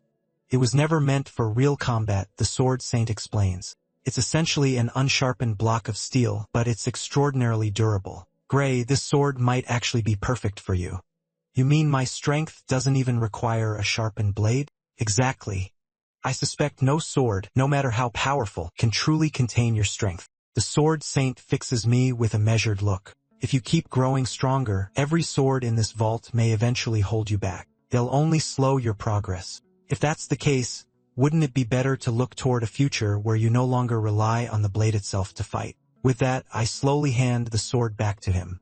In the next instant, the Sword Saint swings and slices clean through the iron post. So this is the true power of the Sword Saint. But the iron post doesn't stop there. Continues to change. Moments later, it melts into a puddle of liquid slag. I'm completely dumbstruck. This sword can do that? This is what it truly means to cut through iron like mud. Professor Ariel sighs. You just wanted to show off, didn't you? She turns to me. Personally, I think Gray should stick with a conventional sword, but I suppose there's no harm in experimenting. Professor Ariel asks if there are any other weapons I want to test. If you'd like to try something besides a sword, I can take you to another section. I glance around and shake my head. It's fine. There are far too many swords here, let alone other weapons. Testing them one by one would eat too much into my training time. So I decide to try just a few more before heading out. I spot a red sword that catches my eye. Compared to the first one, it looks much lighter and far more solid. I start walking toward it, but my steps suddenly halt. My eyes drift to another spot entirely. Something catches my senses, a faint presence. I look up. There it is, a white sword, slender, exceptionally long. What makes it feel strange is the nagging sensation that I've seen this sword somewhere before. I turn to Professor Ariel. Can you tell me anything about this sword? Professor Ariel thinks it over carefully. I believe it was left behind by a former student when they graduated. It's not a legendary blade by any means, but the craftsmanship is excellent. That only makes me want to try it even more. I reach out and take it. The feeling is immediately comfortable, as if the handle was shaped precisely from my grip. I carry the sword over to a wooden post. I give it a light flick of the wrist, then I swing hard, and the wooden post splits cleanly in two. Even Professor Ariel and the Sword Saint didn't see that coming. I'm stunned with joy. I never expected such a perfect fit. It feels as though I've been training with this very sword since the day I was born, an inexplicable sense of familiarity. Professor Ariel bursts out laughing and walks over. Gray, I take it you like this one? Very much, Professor Ariel, I say without hesitation. I stare at the sword in my hand, the joy impossible to hide. I've never held a sword this perfectly suited to me in my entire life. Professor Ariel waves her hand. Then give it a proper test. Let's see how well it holds up against your strength. I hesitate, but isn't this your former student's sword? What if I damage it? Professor Ariel tells me not to worry. I'm sure the sword would much rather be used than left on a shelf collecting dust. Trust me. She's right when I think about it. No sword wants to spend its days gathering dust in a vault. I ask who made it. Professor Ariel says his name was Metatron. My eyes go wide with shock. Of course, I've heard that name. Metatron, the greatest magic swordsman in the world. A legendary genius of sword crafting. I never imagined the sword was forged by his hands. We head out of the vault. Today we'll begin testing with the first sword. Professor Ariel chuckles. To test its strength and durability, I need you to push the sword to its absolute limit. She hands me the sword. Seeing her like this, something stirs quietly in my chest. Before I take it, Professor Ariel adds, we'll start with the most unusual one first. Let's see what your power does to it. I walk over to the wooden post. I close my eyes slowly and begin drawing out the mysterious power from deep within me. In an instant, that familiar red energy rises across my body. I can summon it with ease now. I snap my eyes open, and my aura has completely dispersed. That's strange. I've never had this happen before. I glance at the Sword Saint. Give me a moment. I'll try again. I gather the power once more, willing it to coil around the blade. I repeat it silently in my mind. I am one with the sword. I want my power in this blade to become one, but it happens again. The power I build up is scattered by the sword itself. Again, I'm baffled. What's going on? Why can't I channel my power into the blade? Professor Ariel notices something is wrong and steps up to me. Gray, do you feel anything unusual in your body? No, I tell her. Nothing feels off on my end. Professor Ariel falls into thought. If that's the case, then the problem must be the sword itself. Let's set it aside and try a different one. She reassures me. Maybe it's just not compatible with your unique ability. Don't be too discouraged. Professor Ariel reaches for the magical storage pouch at her side. In that case, let's try with the most ordinary sword. Professor Ariel's gaze sharpens. She slowly draws a sword from the pouch. Let's see what you can do with this one. I'm certain you'll be pleasantly surprised. I take the sword from her and get ready. I repeat it over and over in my mind. I am a lone blade. I am one with the sword. I will become one with it. Gradually, the mysterious power begins to emerge, wrapping itself around the blade. The next moment, red energy engulfs my entire body. This time, my aura holds. I let out a quiet laugh. Finally, looks like the problem really was the sword, but then my focus suddenly sharpens. A voice echoes in my mind. While there is still time, the sudden words leave me frozen. I look toward Professor Ariel and the Sword Saint. Neither of them reacts. It seems only I can hear it. The mysterious voice speaks again when that moment arrives. I have absolutely no idea what it means. Behind me, the Sword Saint speaks. Having that sword carry his power shouldn't be an issue. I step alone into the area with the combat dummies. In an instant, I vanish from where I stood. With a sharp slash, I carve straight through the iron armor dummy in front of me. I assess the output carefully. The raw power is about the same as before, but there's a clear difference. Every swing flows with incredible smoothness. I bring the sword down again, splitting another dummy. The silky motion makes every strike feel effortless. My body feels impossibly light. A single leap carries me an enormous distance in an instant. I move and cut, and within moments, dozens of iron armor dummies have fallen. With every swing, my sword aura fans out like an automatic sweep. Every piece of armor caught in its path is severed instantly. Every professor watching is stunned. The speed is incomprehensible. Nothing like what they saw from him before.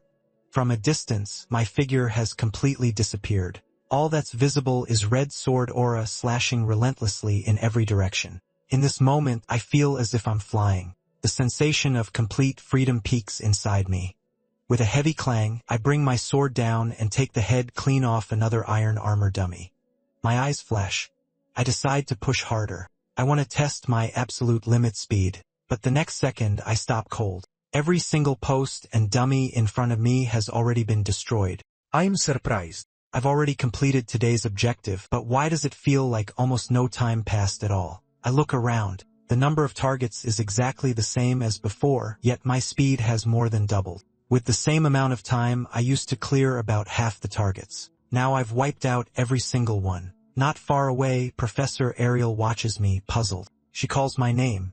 No response. That unsettles them. Why is he just standing there? Then Professor Ariel suddenly realizes something is wrong. She shouts toward me, "Gray, can you hear me?" The moment her voice lands, my sword clatters to the ground. And then, I cough up a mouthful of blood. My body buckles involuntarily. Everyone reacts, immediately casting healing magic. They have to keep Gray safe. A surge of powerful healing energy wraps around me. Slowly, I manage to stand back up, but my body has hit its limit. I'm completely drained. It baffles me. It wasn't even as intense as last time. So why can't I summon any strength? Sword Saint tells me not to push it. Come back with me first. We'll talk after. Professor Ariel delivers her verdict. Even with healing magic, excessive blood loss drains your stamina entirely.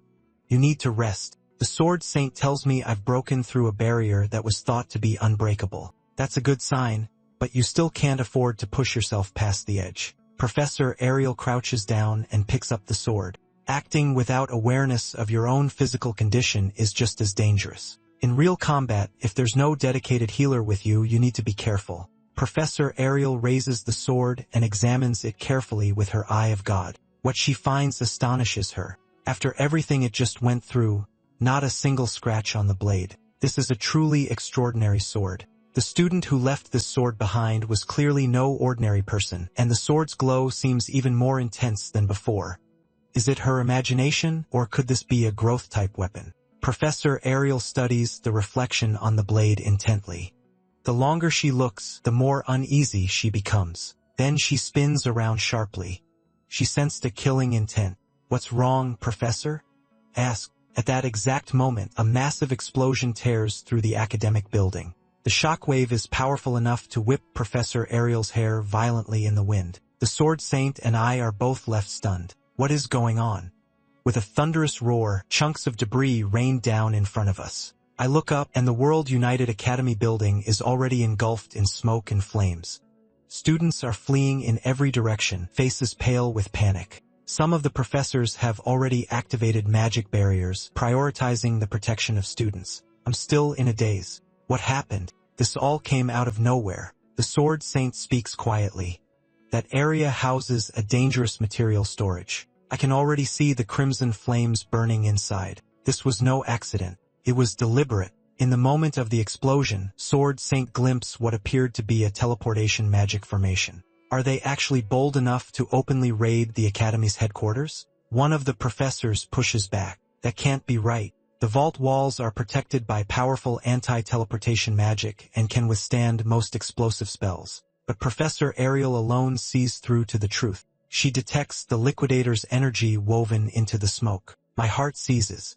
Professor Ariel's expression is grave. They most likely use crystals produced in the underground laboratory to destroy the outer walls and disable the anti-teleportation field. I can't stay calm anymore, so Belly and Bradley's allies are behind this explosion. They actually dared to strike the Academy's own headquarters. Below, students continue to flee in chaos. Some are already caught in the aftershock, killed by the blast. Not long after the Academy comes under attack, Professor Ariel shares her suspicion. This was an inside job. They succeeded in destroying the teleportation suppressor and escaped. The Academy won't say it outright, but this attack was a 100% orchestrated by someone in the upper echelons. From within, I start to push back, but Professor Ariel me off. It appears the Academy may no longer be a trustworthy organization, or perhaps it never was. I raise a point, but if the Academy were truly under enemy control, they could use their influence to take whatever they want from the vault openly. Why go through all this trouble? I think the reason they went through all this effort to blast the vault is precisely because they couldn't obtain those items through legitimate means. Professor Ariel acknowledges my reasoning. She doesn't know what the upper leadership is truly planning, but the most likely culprits are the bloodthirsty. Those parasites have silently infiltrated the Academy. Hearing the name the bloodthirsty, I think of Bella. Her parents were killed by the bloodthirsty. Professor Ariel speaks again. You killed Bally and Bradley. You will absolutely become their target. Stay vigilant, especially when you're outside the Academy walls. I nod. You don't need to tell me that. I already know. Afterwards, I grab my books and head to class. But when I arrive, the atmosphere is oppressively dark. Some students are visibly trembling. The mood in the room is suffocating. Is this because of the explosion? But moments later, I realized I had it wrong. They've received the notice for the outdoor march training. Outdoor march training that rings a bell. I received the same notice not long ago. The person next to me thinks I haven't read it. I already saw it, I tell them. The training takes place in a zone overrun by Tier 1 monsters. 16 hours of marching and camp training every day with professors in attendance. An entire week of that, plus additional combat drills on top, right? My classmate looks at me in disbelief. How can you be so calm about this? That's 16 hours of marching every single day and monsters lurking all around you. You won't even be guaranteed a decent night's sleep. Just thinking about it, he's already dreading it. Apparently, more than half of the students drop out because of this training every year. I chuckle. In real combat, you never know when the enemy will strike. At least this one has a fixed time limit. Isn't that pretty generous? I think back to the training I went through with the Liquidator Squad. There were no time limits back then. They dropped us in the mountains without warning and made us march through monster-infested forest for a week straight. During that training, some of us nearly died to monster attacks. But since professors will be with us this time, that shouldn't happen. There's nothing to worry about. Leon Hart suddenly chimes in. Of course, only someone at your level could look at hell training with a straight face. I laugh. Trust me. What I went through before was far worse than anything you can imagine. But seeing everyone so shaken, I can't shake the feeling that something dangerous is lurking in the shadows. I need to keep my strength up. Early the next morning, we gather in the main hall. At the entrance, 5 professors are assembled to accompany us for the outdoor march training. The Sword Saint steps forward. This will be grueling. Most of those who fail to complete it don't make it to their second year. I encourage you to push through. Avoid that fate. In what seems like no time, we arrive at a small island. The scenery is breathtaking, but I can feel it. Danger lurks beneath that beauty. I scan the distance. That must be the edge of the Winterberg continent. If I'm not mistaken, that region is almost entirely uninhabited. We set off and begin our training without delay. We march deeper and deeper into the forest. But once we're well inside the forest, the professors abruptly veer off down a different path. Professor, someone calls out confused. That doesn't look like a path. The professor is well aware. That's exactly the point. If you're walking on a flat road, what kind of training is that? The group falls silent. There's nothing to do but follow. By the time evening rolls around, everyone's stamina is close to giving out. But Leonhardt notices I look completely fine. The Sword Saint addresses the group. It's only been 8 hours. We're halfway through today's march. A few students are rendered speechless. Only halfway? And it's just the first day. You'll get used to it, Sword Saint says. The hardest part is always the beginning. Before long, your legs will carry you forward without a second thought. Some students think he's just saying that. Who could possibly keep this up every day? But then again, they notice Leonhardt is completely unfazed. He doesn't look tired at all, true to his reputation as a top student of the sword arts course. In reality, Leonhardt is also struggling, but he fixes his gaze on the figure ahead of him and refuses to look away. That figure is me. Leonhardt thinks to himself as expected of Gray. He hasn't shown any sign of struggle from the very beginning. A while later, someone finally breaks. A girl stops and says she's exhausted and needs to rest. And at that very moment, a spider appears right beside her. She spots it and her eyes go wide. Before she can even react, the spider lunges straight at her. With a sharp thwack, a blade pins the spider to the trunk of a tree. The girl spins around. It's me. Thank you, she breathes. I'm alive because of you. I tell her to stay alert while walking. Pay attention to what's around you.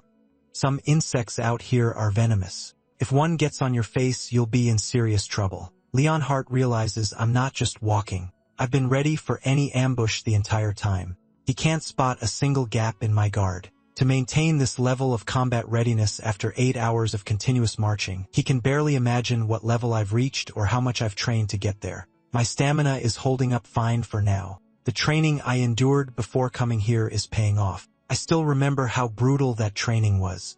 Getting a full night's sleep was a luxury we couldn't afford. But what weighs on me more is what Professor Ariel told me earlier, to stay vigilant, especially when I'm outside the academy. And this very training has brought us to open terrain with minimal security. Worse, the academy clearly knows exactly where we are. That thought makes my fists tighten. I just hope this training goes smoothly. I really hope nothing goes wrong.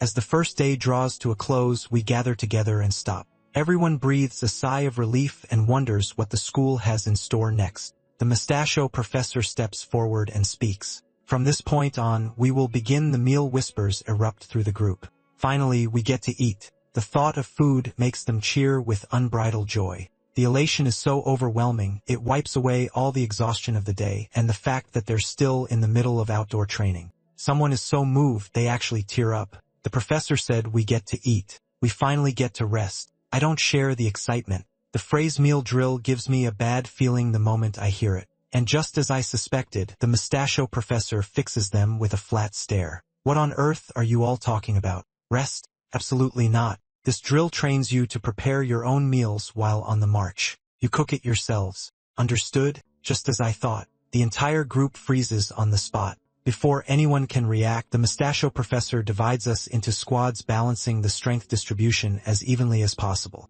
He snaps his fingers. Each squad will receive a meal kit. Begin preparing your food. A blackboard appears along with some supplies. I fixed my eyes on the names written on the board. Squad C is led by Leonhardt with a few classmates under him. And I'm the leader of Squad D with 2 classmates. I'm not sure I can handle this role. Part of me figures no one would want to take orders from an Eye of God special admissions. I glance at the 2 beside me mid-conversation. So we're assigned to Gray Squad? That's right. I look up. A young man and a young woman are walking toward me with warm smiles. We've heard so much about you. It's great to finally meet you. I shake their hands politely. They're far more easygoing than I expected. Honestly, I half expected them to say they'd never take orders from someone who didn't even pass the standard exam. So I asked them straight, are you really okay with me leading this squad? The last one speaks up immediately. What are you even talking about? After watching the inter-year tournament, who in their right mind wouldn't want you as their leader? After that tournament, every student and faculty member in this academy recognized you as the undisputed top of the year. Don't you know that? You're the most reliable choice here. The short-haired guy adds, either way, we've got the gear ready. Whatever you tell us to do, we'll do it. I genuinely didn't expect this kind of response. That tournament must have left a serious impression on them. The thought makes me clench my fist without even thinking. So this academy really does only judge by ability, and I've finally been recognized for mine. Master, if I ever get the chance, I have to share this news with you. At that point, a student raises their hand. Professor, there's no food in the supply kit you gave us. In fact, this box only has a pot and a fire starter. The professor responds, in an actual field march, you might have no food at all, let alone cooking equipment. Having a pot is already generous. Don't you think? The class falls silent. Leonhardt steps forward. If I may, Professor, I have something to say. In modern field operations, there should be magically supported logistics in place, correct? It's hard to imagine a long-distance march where soldiers carry no food at all. The professor nods. Leonhardt is correct, but that applies to pre-planned operations. In emergency scenarios, mid-combat encampments, or when your supply line is wiped out, you may very well find yourself forced into a long-distance field march with absolutely no preparation.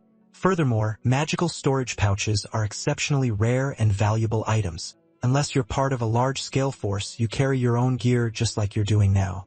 When that moment comes, do you want to be the ones who die because they couldn't adapt? At that moment, I notice one of the professor's eyes is missing entirely. Everyone else notices it at the same time. They go completely silent. Leonhardt politely offers an apology. I laugh quietly to myself. So magical storage pouches really are that rare. When Professor Ariel gave me mine, I honestly thought it was just an ordinary sword bag. The professor tells us not to worry about him. I have some good news for you. Some of you may have already noticed. This forest is packed with monsters. During our march, we've been maintaining beast repellent. I'm about to deactivate it. In other words, you won't need to worry about finding food. The monsters will be delivering your ingredients personally. Good luck. You may leave your packs here. He snaps his fingers, and the beast repellent dissolves. The instant it dissipates, everyone feels it, an overwhelming, suffocating presence closing in from all directions. Every bit of it comes from the beasts. Within moments, eyes appear in the trees, watching. The students nearby nearly jump out of their skin. My Squad D teammates turn to me. What do we do? I assess the situation clearly. Our only option is to hunt monsters and eat them. That's it. I've been observing since we arrived. Based on the tracks and droppings, this forest has small to mid-sized monsters. If we follow these claw prints, we should be able to track something down. The girl in our squad is starting to panic. This kind of immediate real-world pressure is clearly too much for her comfort. Finding monsters in a forest this vast is going to be a nightmare, isn't it? If they're carnivorous monsters, it's actually simple, I say. We just move around and let them come to us. In other words, we use ourselves as bait. Either way, if we stay put, we'll end up competing with the other squads for the same targets. Better to spread out. If you really don't want to fight monsters, there are always insects and snakes. Insects take some getting used to, but snake meat is actually quite good. In a forest without monsters, knowing how to use those food sources is just as important a skill. The girl looks like she's about to cry. I'd rather fight the monsters, please. We're literally surrounded by them anyway. Snake meat? She could never. The others simply say, I'm the squad leader. Whatever I decide, they're with me. We make our way to a large tree not far ahead. I lead the squad in a careful inspection of the ground, searching for tracks. I crouch and examine the marks closely. A beast passed through here recently. I signal the squad to stay sharp. It's already on its way toward us. At that exact moment, the bushes behind us begin to rustle. One of my squadmates' eyes go wide. Behind him, a flame lion bear emerges. His claws are already swiping straight toward his head. One hit from a flame lion bear, and it's over.